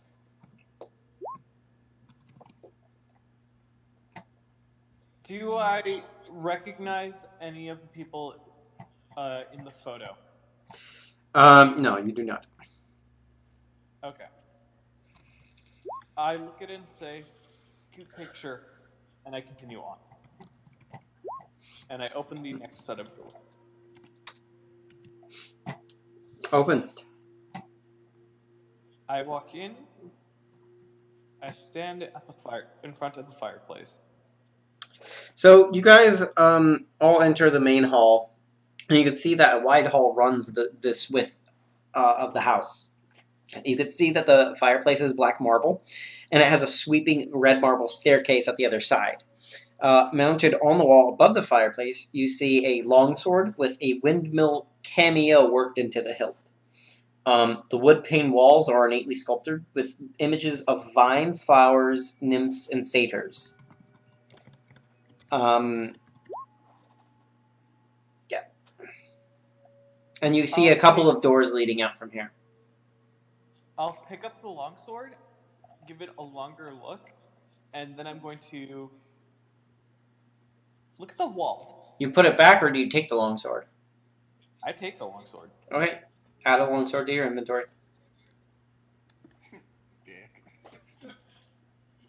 And then you take a look at what? The walls themselves. You look at some of the walls, looking for any sort of potential secret or whatnot to this house. Yeah. But instead, roll me a perception check. Unless we already did that. I rolled it 3.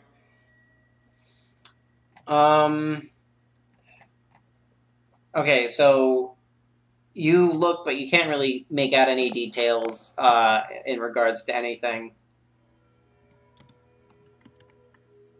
So I just see whatever filigree is currently on there, like the satyrs, nymphs, and so on. Yeah. Okay. You just look at the wood paneling. All right. I turn away and say, "Well, there's definitely something about this place that gives me the creeps." The children said that the beast was being kept in the basement by the parents, and the child is upstairs. In the 3rd floor. I say we search for the child first. Wouldn't we rather kill the beast and not have an infant in our hands? I agree with this course of action. What are we going to do with an infant in battle? And it's not like we can put the kid anywhere safe. We don't even know our way around this town. I say we go downstairs and kill whatever is threatening this house. I think that is the best course of action to protect the infant. Alright. And then we'll grab the infant, search and find whatever we can, and give the child to someone who can take care of it. Well, if the parents are still alive, why not just them? I get a sense that that's not the case. No one leaves a longsword like this mounted on the wall. Well, as you could see, as you entered, there was a shield on the wall with the image of a windmill and a red field. So it was a red shield with like a windmill on it, emblazoned. And same thing with the sword. It has the windmill So on it. it's like a family crest. Yes. Yeah, I definitely like look at it and say, well, I had money. Well, why would they leave a house abandoned? I don't think it's abandoned if they have an infant upstairs. The kids Yes, well- said that the parents had trapped them in the creatures in the basement and were keeping them there. From the sounds of it, it sounded like the parents were still here. They may be in the basement too. Let us go look. So where do you guys go? I nod. I'm going Basement. Okay, but where do you guys go? You have a couple of doors in front of you and a staircase that leads upstairs, not down. You guys say basement, but there's no way leading to the basement from this room. Yeah. I- Well, no, that was us deciding our course of action. Okay. Yeah, and I immediately just open the first door. So you open this door, and you go inside, and you see a cloakroom that has several black cloaks hanging from hooks on the walls, and a top hat sits on a high shelf. I search the room for anything, whether it be trapdoors or secret passageways or so on. Investigate. I'm gonna open the door on the left, and stick my hand up to see what I see. You can move his token over there. So you're... Well, So as for 12, you don't find anything really. You just find black cloaks in that top hat on the top shelf.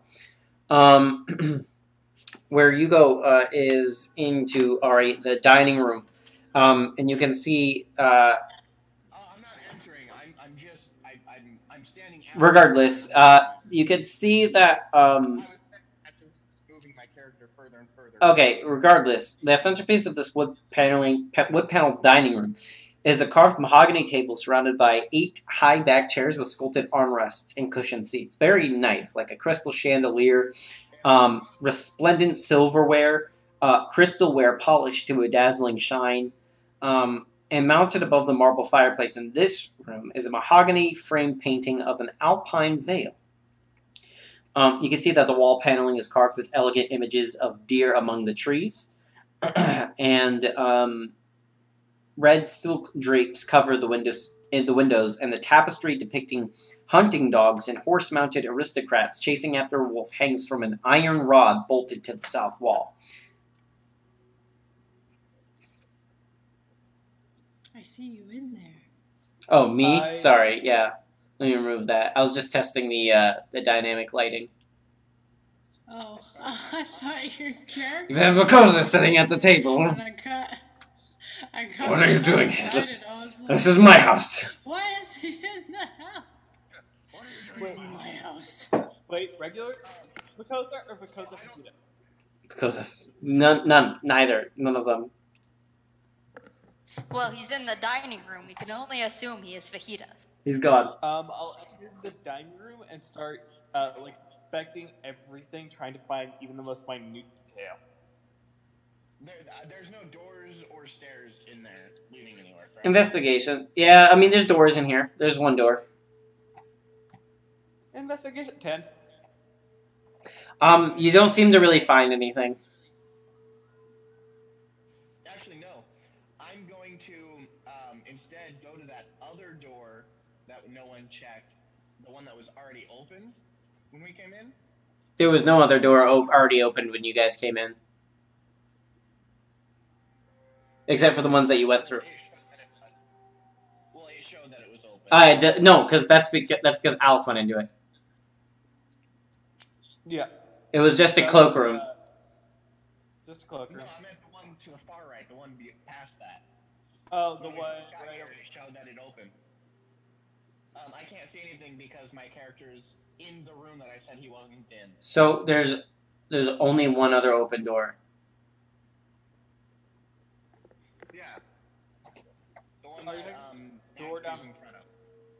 Naxi is in front of this door. This is the only one that's otherwise been opened. And then there's... Yeah, that's the one that I was saying. Do you go in there? I look in it. Okay, it's a cloakroom. No, the one to the right.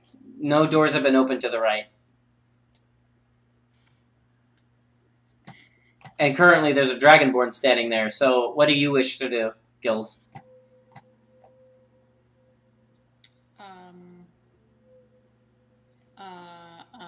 I'm gonna investigate this door. Or open. This is a door, right? Down here. That's a door. You open it. Hey, I'm gonna go in. Oh shit! Okay, so what you see in this room is like an oak paneled room. It looks like a hunter's den. Mounted above the fireplace is a stag's head, and positioned around the outskirts of the room are 3 stuffed wolves. You could see 2 padded chairs draped in animal furs facing the hearth, with an oak table in between them supporting a cask of wine, 2 carved wooden goblets, and a pipe rack, and a candelabrum.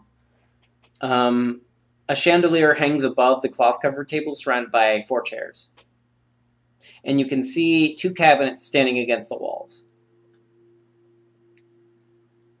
Hot damn. I'm gonna. For the record, I'm trying to go above where Naxi just was. You wanna be here? Yes. That's what I was trying to say this whole time. Okay. As I enter the room, do I see anything within the cabinets? I mean, which one are you checking first? The one to the east. Okay, so you're checking the left one. Yeah. You open it, no trouble. And you see a small box. You open the small box. It contains a deck of playing cards and an assortment of wine glasses. Gills, what are you doing? I am going to take a pipe and one of these furs. Okay, go ahead and add those to your inventory, but in a different box. So My inventory goes. I mean, just add it to the fact that you got it from this house. I put all of my inventory in my little treasure box in my character. Okay, but add the fact that you got it from this house. Okay. Anybody else in this room doing anything? In this room? I'm gonna check. I'm sorry, because Ari won't shut up. I can hear what you said. Well, sorry, I've only been trying to ask. Yeah, but again, I'm saying, I will get to you, Ari. I'm saying anybody else in this room doing anything. Yeah, I was gonna check both cabinets. I checked the first one and I found. Naxi, are you doing anything? I'm gonna say it looks like they were avid wolf hunters. Why would they be running from a wolf?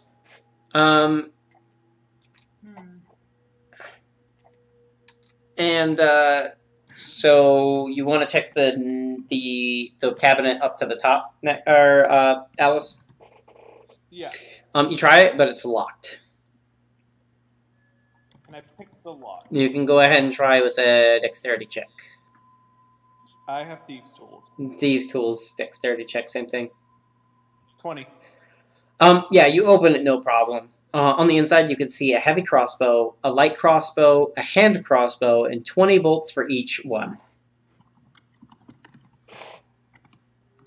I say, well, looks like they found their weapon. And I take the hand crossbow. Okay. You guys... Over on... Yeah. So, yeah, you can add those to your inventory, give them to whoever you want. But yeah, you find those. Now, Ari, which door are you opening?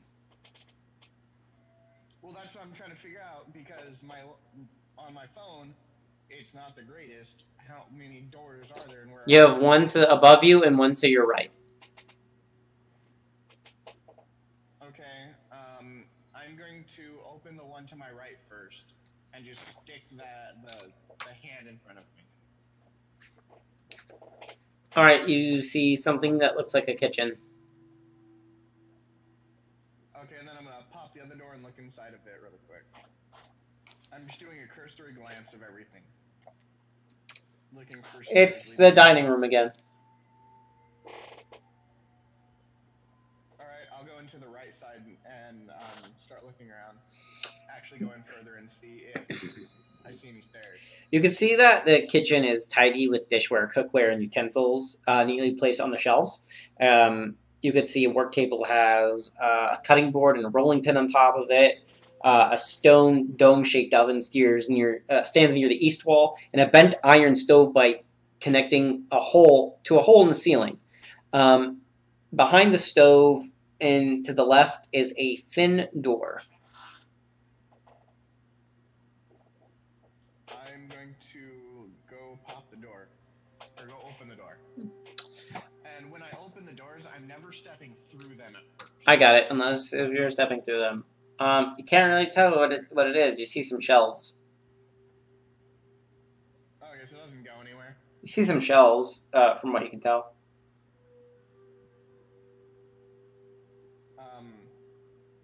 I'll take a step in, just to see if I can see anything. Well, when you step in, it does look like it is leading to a well-stocked pantry. You can see a lot of food that appears very fresh. Okay, then I'll start heading back to meet up with the group. And yes, you also see in the bottom right corner, behind a small door in the southwest corner of the kitchen, you find a dumbwaiter. You see it's about 2 foot wide stone shaft connecting to a wooden elevator box attached to a simple rope and pulley mechanism, and it must be operated manually, as you can tell. Hanging on the wall next to the dumbwaiter, you see a tiny brass bell attached by wires to buttons, attached by wires to the ceiling, rather. I'm going to snap my fingers and summon my hawk, set it inside, and start lowering it down. So you set it inside, and before you even lower it down, the rope is just sitting. It's already on as low as it can go. Oh, it doesn't go any further? It doesn't go any further than this floor. Oh, okay, in that case, if I would have known that, I wouldn't have summoned the hawk. He would have still been doing wherever he was when I left. Well, I mean, you put it in there, right? You put the hawk in there, and then as you attempt to use the dumbwaiter, you realize in your hands you can only pull on it. The hawk's still in there, Okay. waiting to go. It's just not going down. I'm sorry, Nebula. Called you back for nothing. You can go back outside. And I'm gonna move out of the way and let her go. And I'm gonna go back to into the main area towards where I last. You're setting your familiar outside? Yeah, I'm sending it back just to go fly outside. Okay. It does so. It's not a fighter. I don't want it in. It does so, but after about 30 seconds, you lose that connection to your hawk.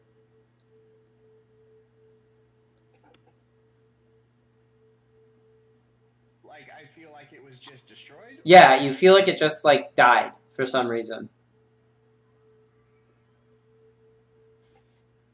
I'm gonna try to snap it back to me out of reaction. As a spell?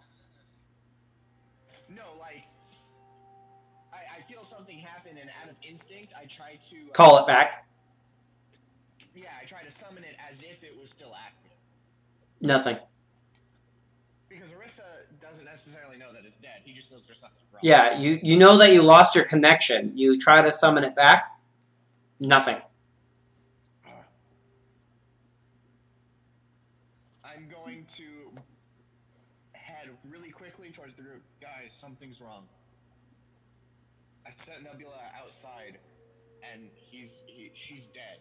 Something attacked. That's not good. That isn't good. I look over to I see. say we stay a little closer from now on. I don't look out the window. You look out the window, and all you can see is a very dense fog, just clambering right up to the window. We shouldn't leave the house. That might be I wise. tell Finn to stay close.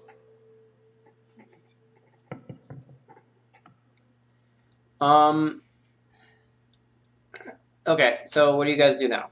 Where do you guys go? I suppose we'll have to look at the stairs. I want. What you So- want? I didn't actually look at this room. I want to look in this room. Alright. You look in the room. I mean, you can see the same things as everybody else have seen. You find the you find crystal chandelier. You find a lot of the nice cookware, diningware, both silver and crystal, shining to like a perfect form. And you also see a mahogany framed painting of an alpine vale, same as everybody else, right above the fireplace. Okay. So, my phone's freezing. I might drop shortly. Okay. By the way, who wants the heavy crossbow?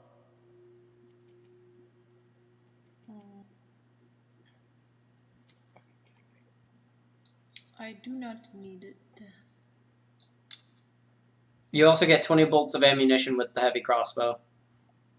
Yeah. I mean, I took all of them. I'm just trying to hand them out to see who wants them.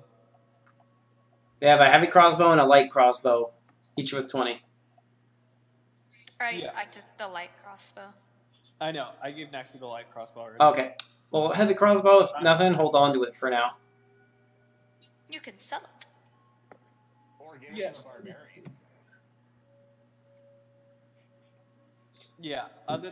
If no one's gonna take it, I'll hold it onto it. Tori. Okay. So you guys go up the stairs, right? Yes.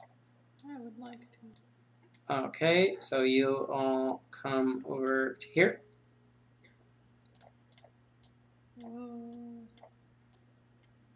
Oh, this is where I stole the armor.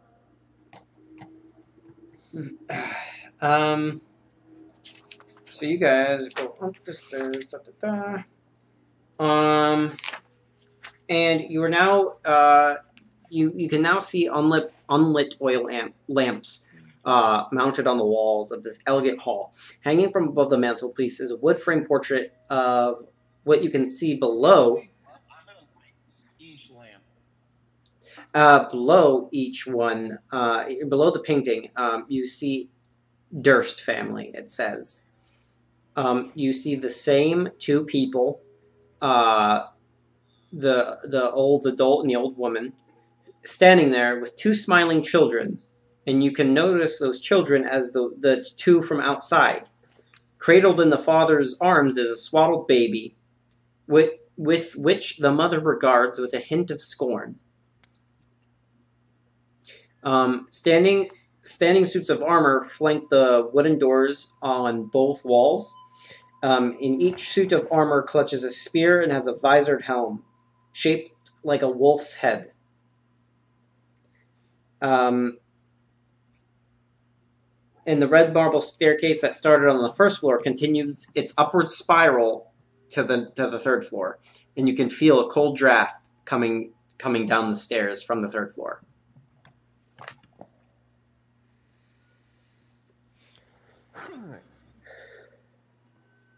I'm going. So yeah, as we're going up, did you guys hear that? As we're going up, I'm lighting the lamps. Sorry. No, it's as you're on the top. So you're already at the top of the stairs. You're just lighting some of the lamps, the oil.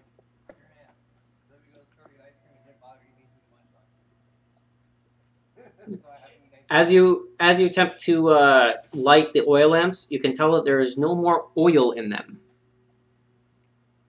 Ah. Okay then.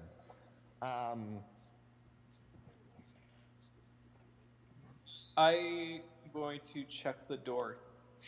Sure, go ahead and roll a perception check. I'm gonna look through the door directly opposite. Perception, if I can find it. 11. And then Ari, your perception as well. Yep. Come on. Perception. 18.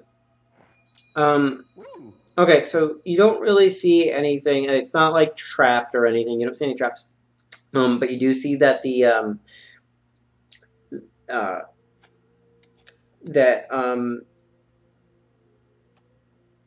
each of the, as you're looking around the room, as you're looking on the suit of armor, on the doors, you can see that they are carved with dancing youths.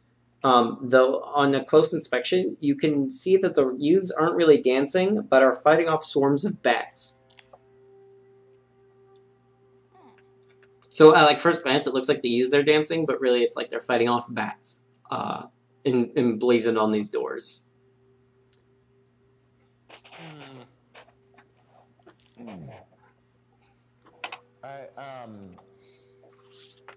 I'm gonna attempt to just push the door open.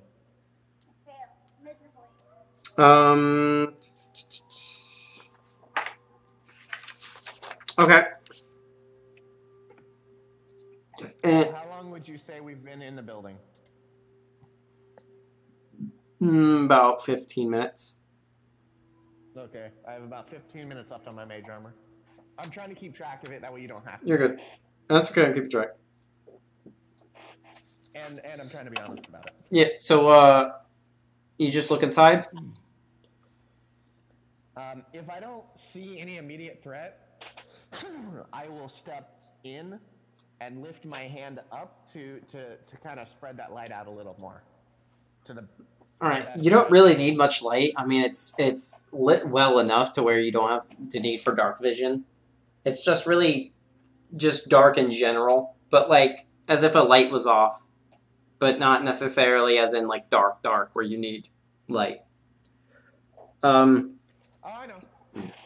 I'm keeping it up anyways. You can see that gossamer drapes cover the windows of this elegantly appointed hall.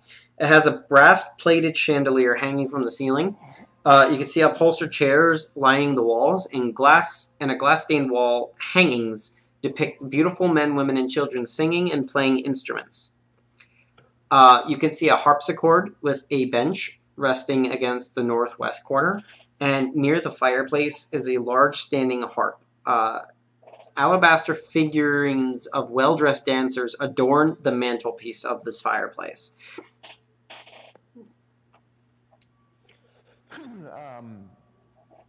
I want to search this room and see what I find. Looking for anything, primarily looking for anything arcane in nature. You don't find much, but a close inspection upon the well-dressed dancers of the alabaster figurines reveals that several are carvings of well-dressed skeletons. That's all you find in this room. These people into some weird shit. And then, Alice, weren't you looking in the other room during the same time? Yeah, I would have been opened that door and walked inside. Okay. I'm gonna sit back and... You open this door. Yeah, you like it how you guys can't actually drag your figurines into the next area? Mm-hmm. I know you motherfuckers. So anyway, you enter what is the... Oh, it's over here. You enter into the library. You can see red velvet drapes cover the windows of this room. An exquisite mahogany desk and a matching high-back chair face the entrance and the fireplace, above which hangs a framed picture of a windmill perched atop a rocky crag. Situated in corners of the room are two overstuffed chairs. Floor-to-ceiling bookshelves line the south wall, and a rolling wooden ladder allows one to more easily reach the high shelves. On the desk, you can see an oil lamp, a jar of ink, a quill pen, a tinderbox, and a letter kit containing a red wax candle, 4 blank sheets of parchment, and a wooden seal bearing the Durst family's insignia, a windmill. Yeah. I'm going to search the desk and then search the room for any secret doors, passageways, so on. So you can see when you look in the desk drawer, you find an iron key. I'll take the iron key. And I assume you also kind of look around the library itself. Yeah, I'll look at the library itself for any doorways and stuff like that. Oh, well, okay, but you also just find, just go ahead and roll perception for me as I get something. So I'll be right back. While that's happening, would you say my investigation took about 15 minutes for that room? No, but I'll be right back. Okay. Question, are you going to be helping me? He's gone. Gills. Huh? That was a question to Gills. Yeah. I was asking, were you going to help me out searching the room? Oh, no, I'm just in there because I couldn't see. I'm gonna play that harp, guys. Oh, damn, play that hard. Yakov, what is your weapon of choice? I don't know how to whisper in Roll20, but /W space, start typing the person's name, click it from the drop-down menu, type your message. Oh, that's however, so cool. I was just doing that, so it didn't interrupt the game. But you can answer out loud. A great axe for the time being. Okay. In true barbarian fashion.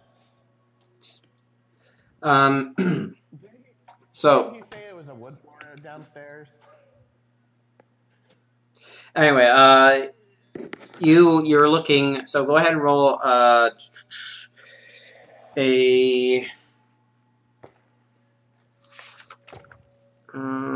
perception check. 4. Yeah, you're just looking around the room. It just seems to be a lot of books that you're searching through, so it's taking you a while to look through all these books by yourself. I'm gonna spend some time doing this. Can I play the harp? Sure, go ahead, roll performance on the harp.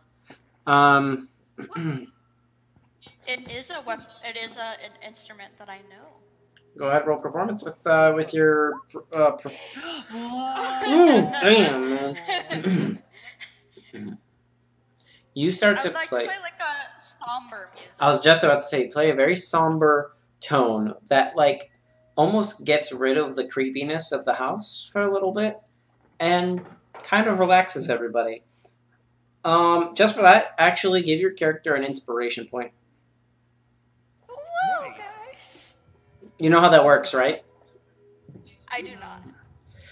Isn't it like you get a reroll at some point with the next? So, no. So, fuck the 10 minutes. You hold on to inspiration as long as you want, because that only works for a bard. You can give out inspiration like that to anybody, but this kind of DM inspiration, you hold on to for as long as you want, and at any point, you can give yourself advantage on a roll. Okay. Any point you choose, any roll, just give yourself advantage. Exciting. Okay. I like that. Plus, you got the nat 20 on like a harp, so it was very in character, so you get the inspiration for that. Good job. I'm going to clap for Fen Kane's performance across the room. Alright, so as for Gills, what are you doing? I would like to do this door in front of me. So you open the door, no problem. Oh, you want to do a door? Kinky. Smash door. And you actually managed to enter. Let me make sure that it's the right one. Oh, okay. You enter an undecorated bedroom that contains a pair of beds with straw-stuffed mattresses. At the foot of each bed is an empty footlocker, but you can see that from the closet right next to you, you can see tidy servants' uniforms hung from hooks. And down here on the bottom right, you see a little dumbwaiter that opens up. A dumbwaiter door.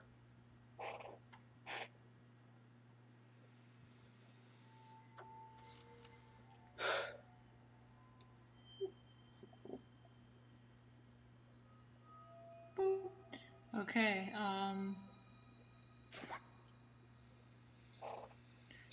can I check the room for any anomalies? Go ahead. Oh shit, where did my character sheet go? Go ahead and roll investigation or perception, whichever one's higher. Let's find out. Definitely not investigation. Both are -3. Somehow. I rolled a 12. You don't find out much, but from this room and how small it is, you can kind of figure out that the northern wall is a bit hollow.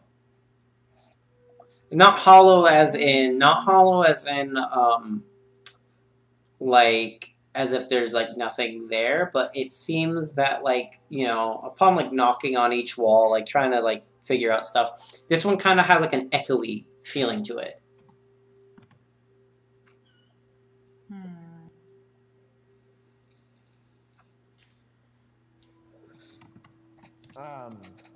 I'm gonna walk into that room that Krokow's in. Krakow. Sorry, Crockett. How do you pronounce your name again? My brain just shat on itself. Krakow.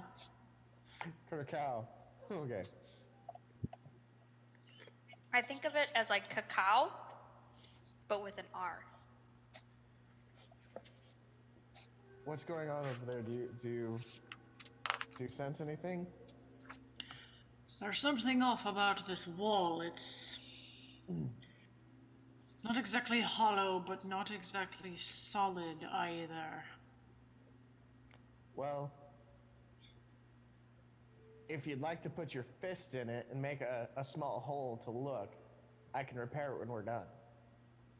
Wait, actually, before I say that, did I take mending? No, don't do that. Don't do that. Cancel that. I don't have mending. Redacted. Sorry.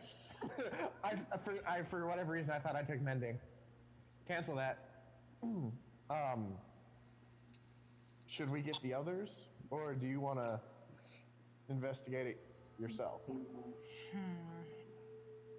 I think I'll look at it again. Closer this time. I'm gonna check the rest of the room a little more closely now. Okay, so while you guys are doing that, Naxi, what are you doing? I finished my song and I'm gonna go find the rest of the people. So, you head up then? Yeah, I'm gonna head up. So you head up and you find Jocelyn just going through book by book, like looking at things that may be useful, but you can see that she's taking quite a long time to do so, as this is a big library.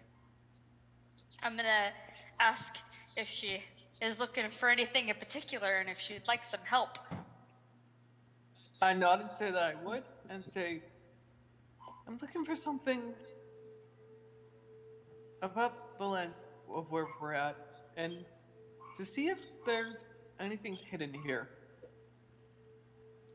Would I just roll a perception? Yeah, and it's perception or investigation, whichever one's higher.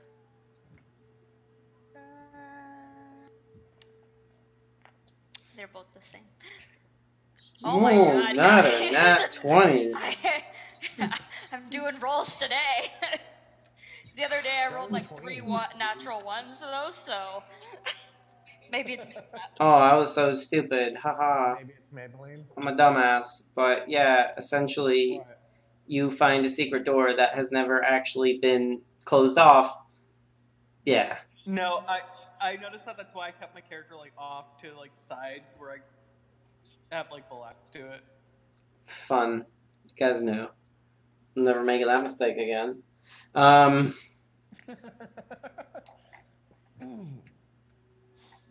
Fuck So all I, of you. I find a hidden door. Yeah, you find a little book. So as you're searching, let me correct how this order looks. But as you're searching, you pull on one of the books, and it looks like a red covered book with a black spine. You pull on it, and actually, as you try to pull it out,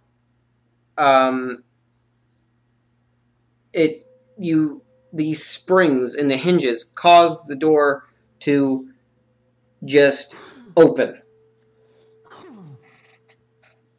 And you can see inside. I'm gonna say, I think I found something, Joss. I'm gonna use I see message. the door open. I'm like, oh, well, hold the door. I'll check inside. Ari, you're busy. Ari, you're busy looking around the room and investigating. Yeah, no. I was gonna say I'm gonna use message and send a message to Fenkane saying we're investigating what appears to be servants' quarters, and I'm gonna cast message a few times to do this naturally. That just take one message. There's something not quite right with the walls, and that's all I'm saying. With one of the walls, yeah. Yeah. Do Well, I actually receive this message? So yeah, you would receive that message, but you don't exactly know what room he's in, and also it's there's only one wall. No, I wasn't curious about where he is. I was just gonna like shout back, "You don't say." Okay. Well, you can respond. Because I just. Yeah, you can respond telepathically to this message. Oh, yeah. I'm gonna say you don't say because we just found a secret room. So maybe there is something wrong with the walls. I'm gonna knock on the wall. Kirkau, they said they found a secret. I didn't say that. I just said you don't say. Oh, okay. Never mind. So, you guys enter. Do you both enter this secret room? I No, tell Benkei to hold the door open. Okay. And then I'll enter. So. Yeah, I just stand in front of the door. The door just opens. The springs just naturally open up the way as you pulled on the book. So it opens inward, not outward. Oh, okay. Well, I'll stand like in the doorway. Okay, so both of you are standing in the doorway, and you see that as you're just standing, as you both are standing in the doorway, you could see bookshelves packed with tomes describing like fiend summoning rituals and the necromantic rituals of a cult called the Priests of Osybus. Osybus. Mm-hmm. A heavy wooden chest with clawed iron feet stands against the south wall, and its lid is half closed. Sticking out of the chest is a skeleton in leather armor. Close inspection reveals that the skeleton belongs to a human who triggered a poison dart trap. The 3 darts are stuck in the dead adventurer's armor and ribcage from where you're seeing.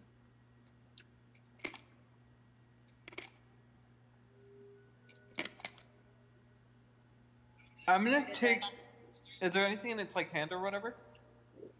From where you're standing, you can't necessarily see because half of it is inside of the chest. It was almost as if this guy like opened a chest, grabbed what was inside, and like some poison darts like came out of the chest as it was trapped and just like killed him. So he's like hanging on the inside. All right, so I'm gonna try and move the corpse out of the way to see what was inside. Are you assisting with this? Are you looking, Naxi? I'll like watch and ask if she wants help. I'll be like, "Do you need help with that?" Are you staying close to her in case anything happens? Yeah. Yeah, I'm like sniffing her butt. Okay, so as If I wasn't a giant. as you guys are standing there, making sure you know that everything is absolutely safe and whatnot. Let me change to here. The door closes behind you. Fenke, what did I say about holding the door open?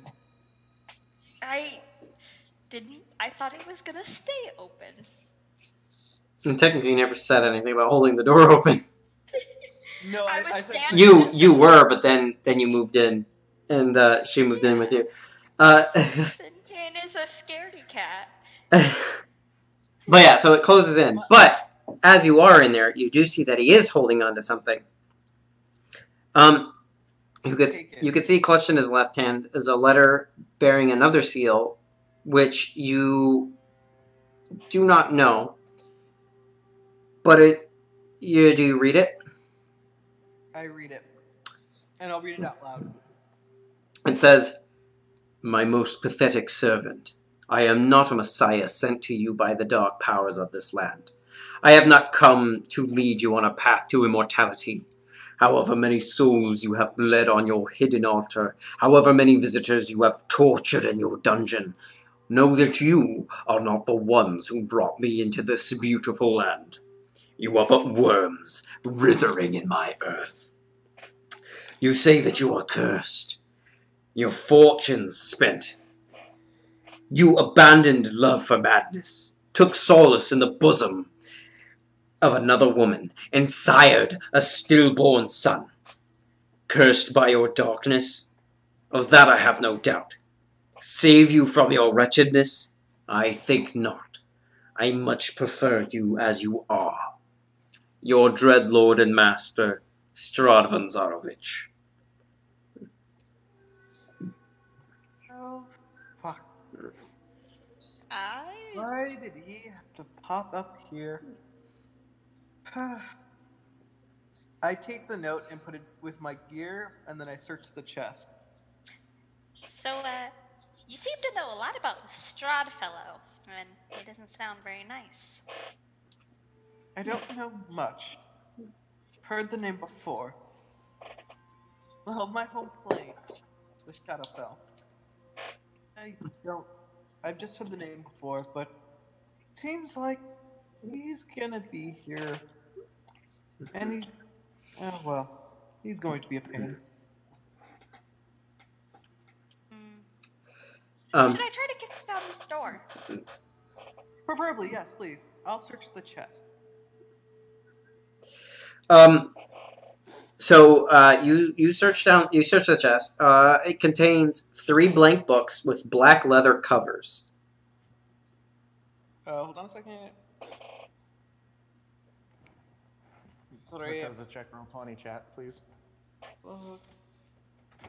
Okay. About now, at this point, yeah, I guess. Well, I'm just trying to keep track of time because I only had 15 minutes left. I'm not trying to like cheat. No, I got you. I'm just saying, like, about at this time now. I'm not gonna break down the door. So, do I just find 3 blank books? No, I'm still reading. Everybody's still talking. 3 spell scrolls. So 1 of Bless. 1 of Protection from Poison. And 1 of Spiritual Weapon. The deed to the house.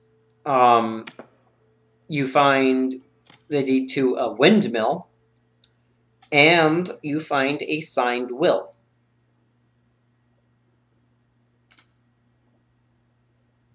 I take everything and I read the will. You can see that the will is signed by Gustav and Elizabeth Durst, and it essentially gives the house, the windmill, all family property to Roosevelda and Thornbolt Durst in the event of their parents' deaths. You can see that the book, scrolls, deeds, and will age markedly at a very fast rate as you remove it from the chest, but still remains intact.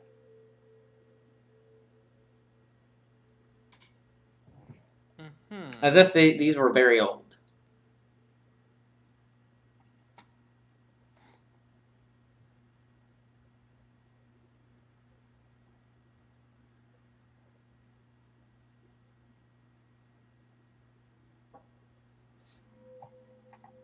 And if somebody can remove that drawing of whatever they did, that would be appreciated. Oh, you guys can't even see it. Somebody drew in purple. I wonder whose that was color me is. on accident. No, that was me on accident. I was trying. My thing had glitched out earlier when we first got in. It's okay, I got it. Okay, I'm going to take them with me. Okay, you take them and you put them in your sack, and now you're trapped in a small room with a centaur. Okay. Okay. So I have a question. Would I be able to summon my mage hand and have it open the book on the other side? Can you click on Mage Hand for the spell, please? It says it's range 30, but I wasn't, like, if it's a C. That's what I'm... There. Yeah, and I was trying to read it if it was or not, but I was unsure. Well, it says at a point you choose. Within 30 feet, yeah. I mean, you also can just make a noise and alert the guys next to you. They don't know where you are. However,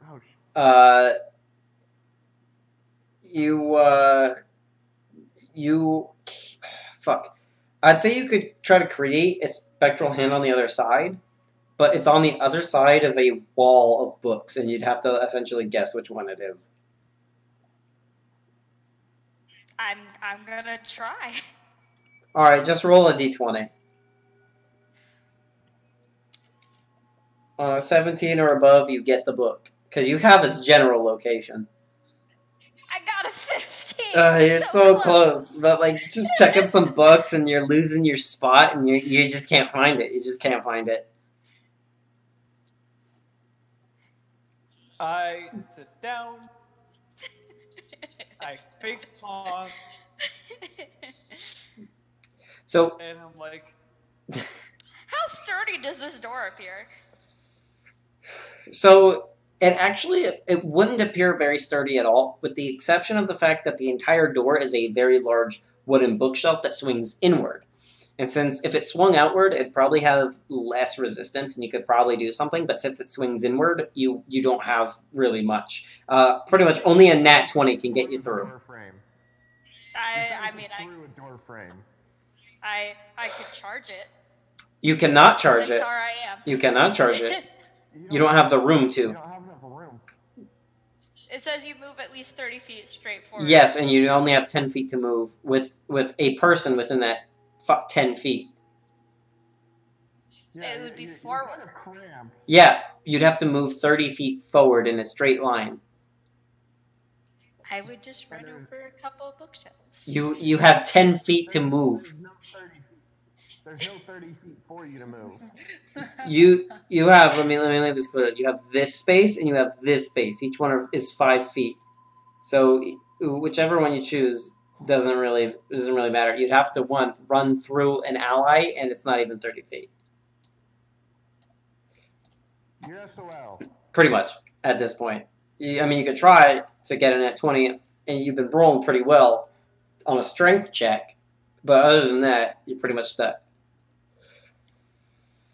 I'm going to assist her trying to break the door down. I mean, I was just gonna try again with my mage hand. It lasts a minute. Well, I'm saying the 15 is your overall luck with it. It's also a cantrip. I know, but it's your overall luck. You can't seem to find it. You know what I'm saying? Eventually, I'll read the books. Gills and Ari, you guys. What are you guys doing? I want to knock on the wall. You knock on the wall. Getting it. You knock on the wall, and the people on the other side hear the wall. I will knock back. You guys hear a knock. Whoa. Orisa, I'm there's gonna something look in here.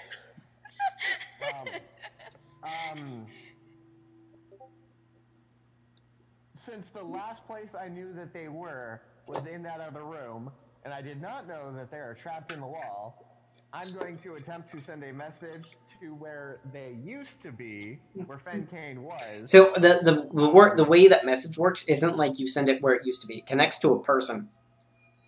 But if it's through any material, if it's through that kind of material, then it won't work. Yeah, if it's 1 foot of stone, 1 inch of metal, a thin sheet of lead, or 3 feet of wood.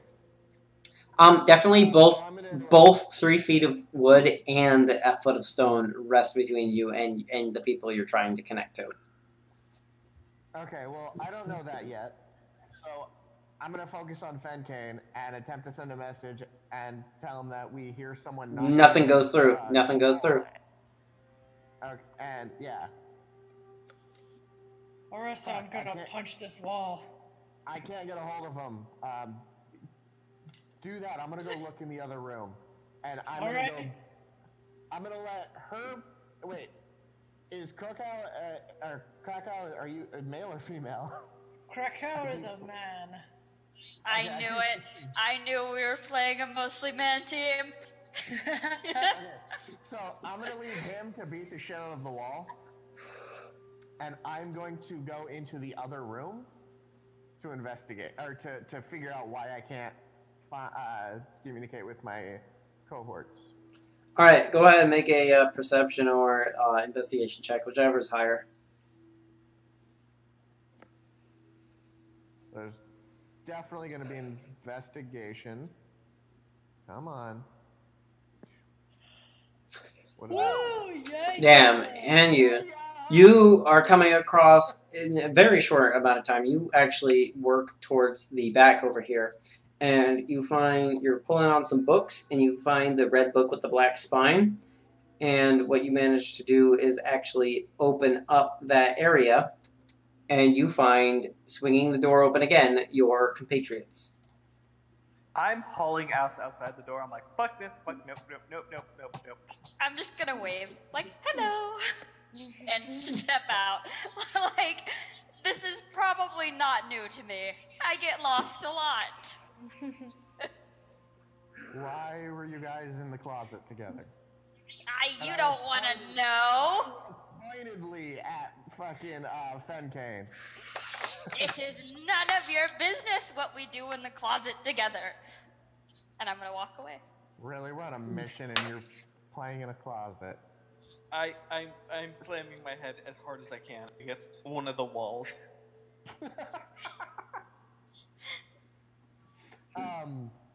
Has our barbarian made it through the wall yet? I got no strength check for attacking the wall. Punch that wall. Oh. Strength check if you're attacking the wall. Or yeah. It just sounds like knocking.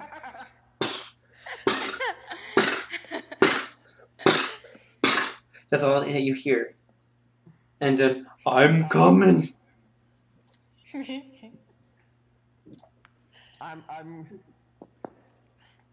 Jocelyn, go grab Krakow. He's trying to punch through the wall next door. I have at this point knocked myself unconscious for minutes. I will walk over there. Wherever that. There we go. Can't walk around the walls. I didn't Yeah. I know, but that's what you got caught on. And he's still just punching away. I'm gonna be like, that was me knocking. Oh shit! Oh, Fencain, hello lad, where did you come from? Was I that came you in from- there? I got lost in the walls. Oh, well, lucky I didn't punch it then, I might have hurt you. Not too bad. So, staying outside, since I saw that my cohorts were trapped inside, I'm gonna stay outside, and there's my investigation roll to look inside and look around. I know it's gonna be a limited thing. Oh, in the room. Yeah, I'm gonna hold the flame up and just kind of peek in, staying outside since I saw that they had gotten locked in. You see some. Again, really, what's left is you find some. You see some tomes describing fiend summoning rituals, and the necromantic rituals of a cult named the Priests of Osebus. Are they close enough to grab without like actually going in the room? I mean, you could just prop the door open with something.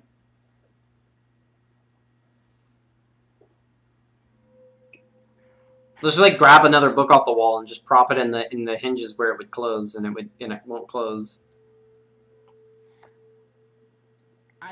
I'm looking at that and debating: do I want to do that or drag the unconscious elf and use it as a doorstop? I mean, you could do that if you want. Depends on your strength. I have an 8 strength, so I'm gonna take one of the tomes and put it in doorstop bit, and then I am going to. How many books total are there? There's a lot. There's a plethora. You could just take a few if you want. Insider. I'm going to take. I'm gonna take the demon summoning one. No. There's multiple of all of them. Just take a few. I'm gonna take the ones that seem like they were read the most. I mean, they all seem pretty like evenly well read through, but you take a few. Okay. I'll say I'll take 3 of them. Sure. Go ahead.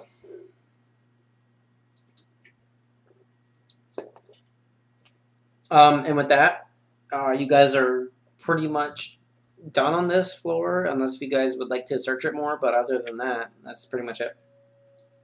You guys search through everything. At this point, I gotta go because I have work at 5 o'clock. Yeah, I was about to say, and at that, we're probably gonna end it for tonight.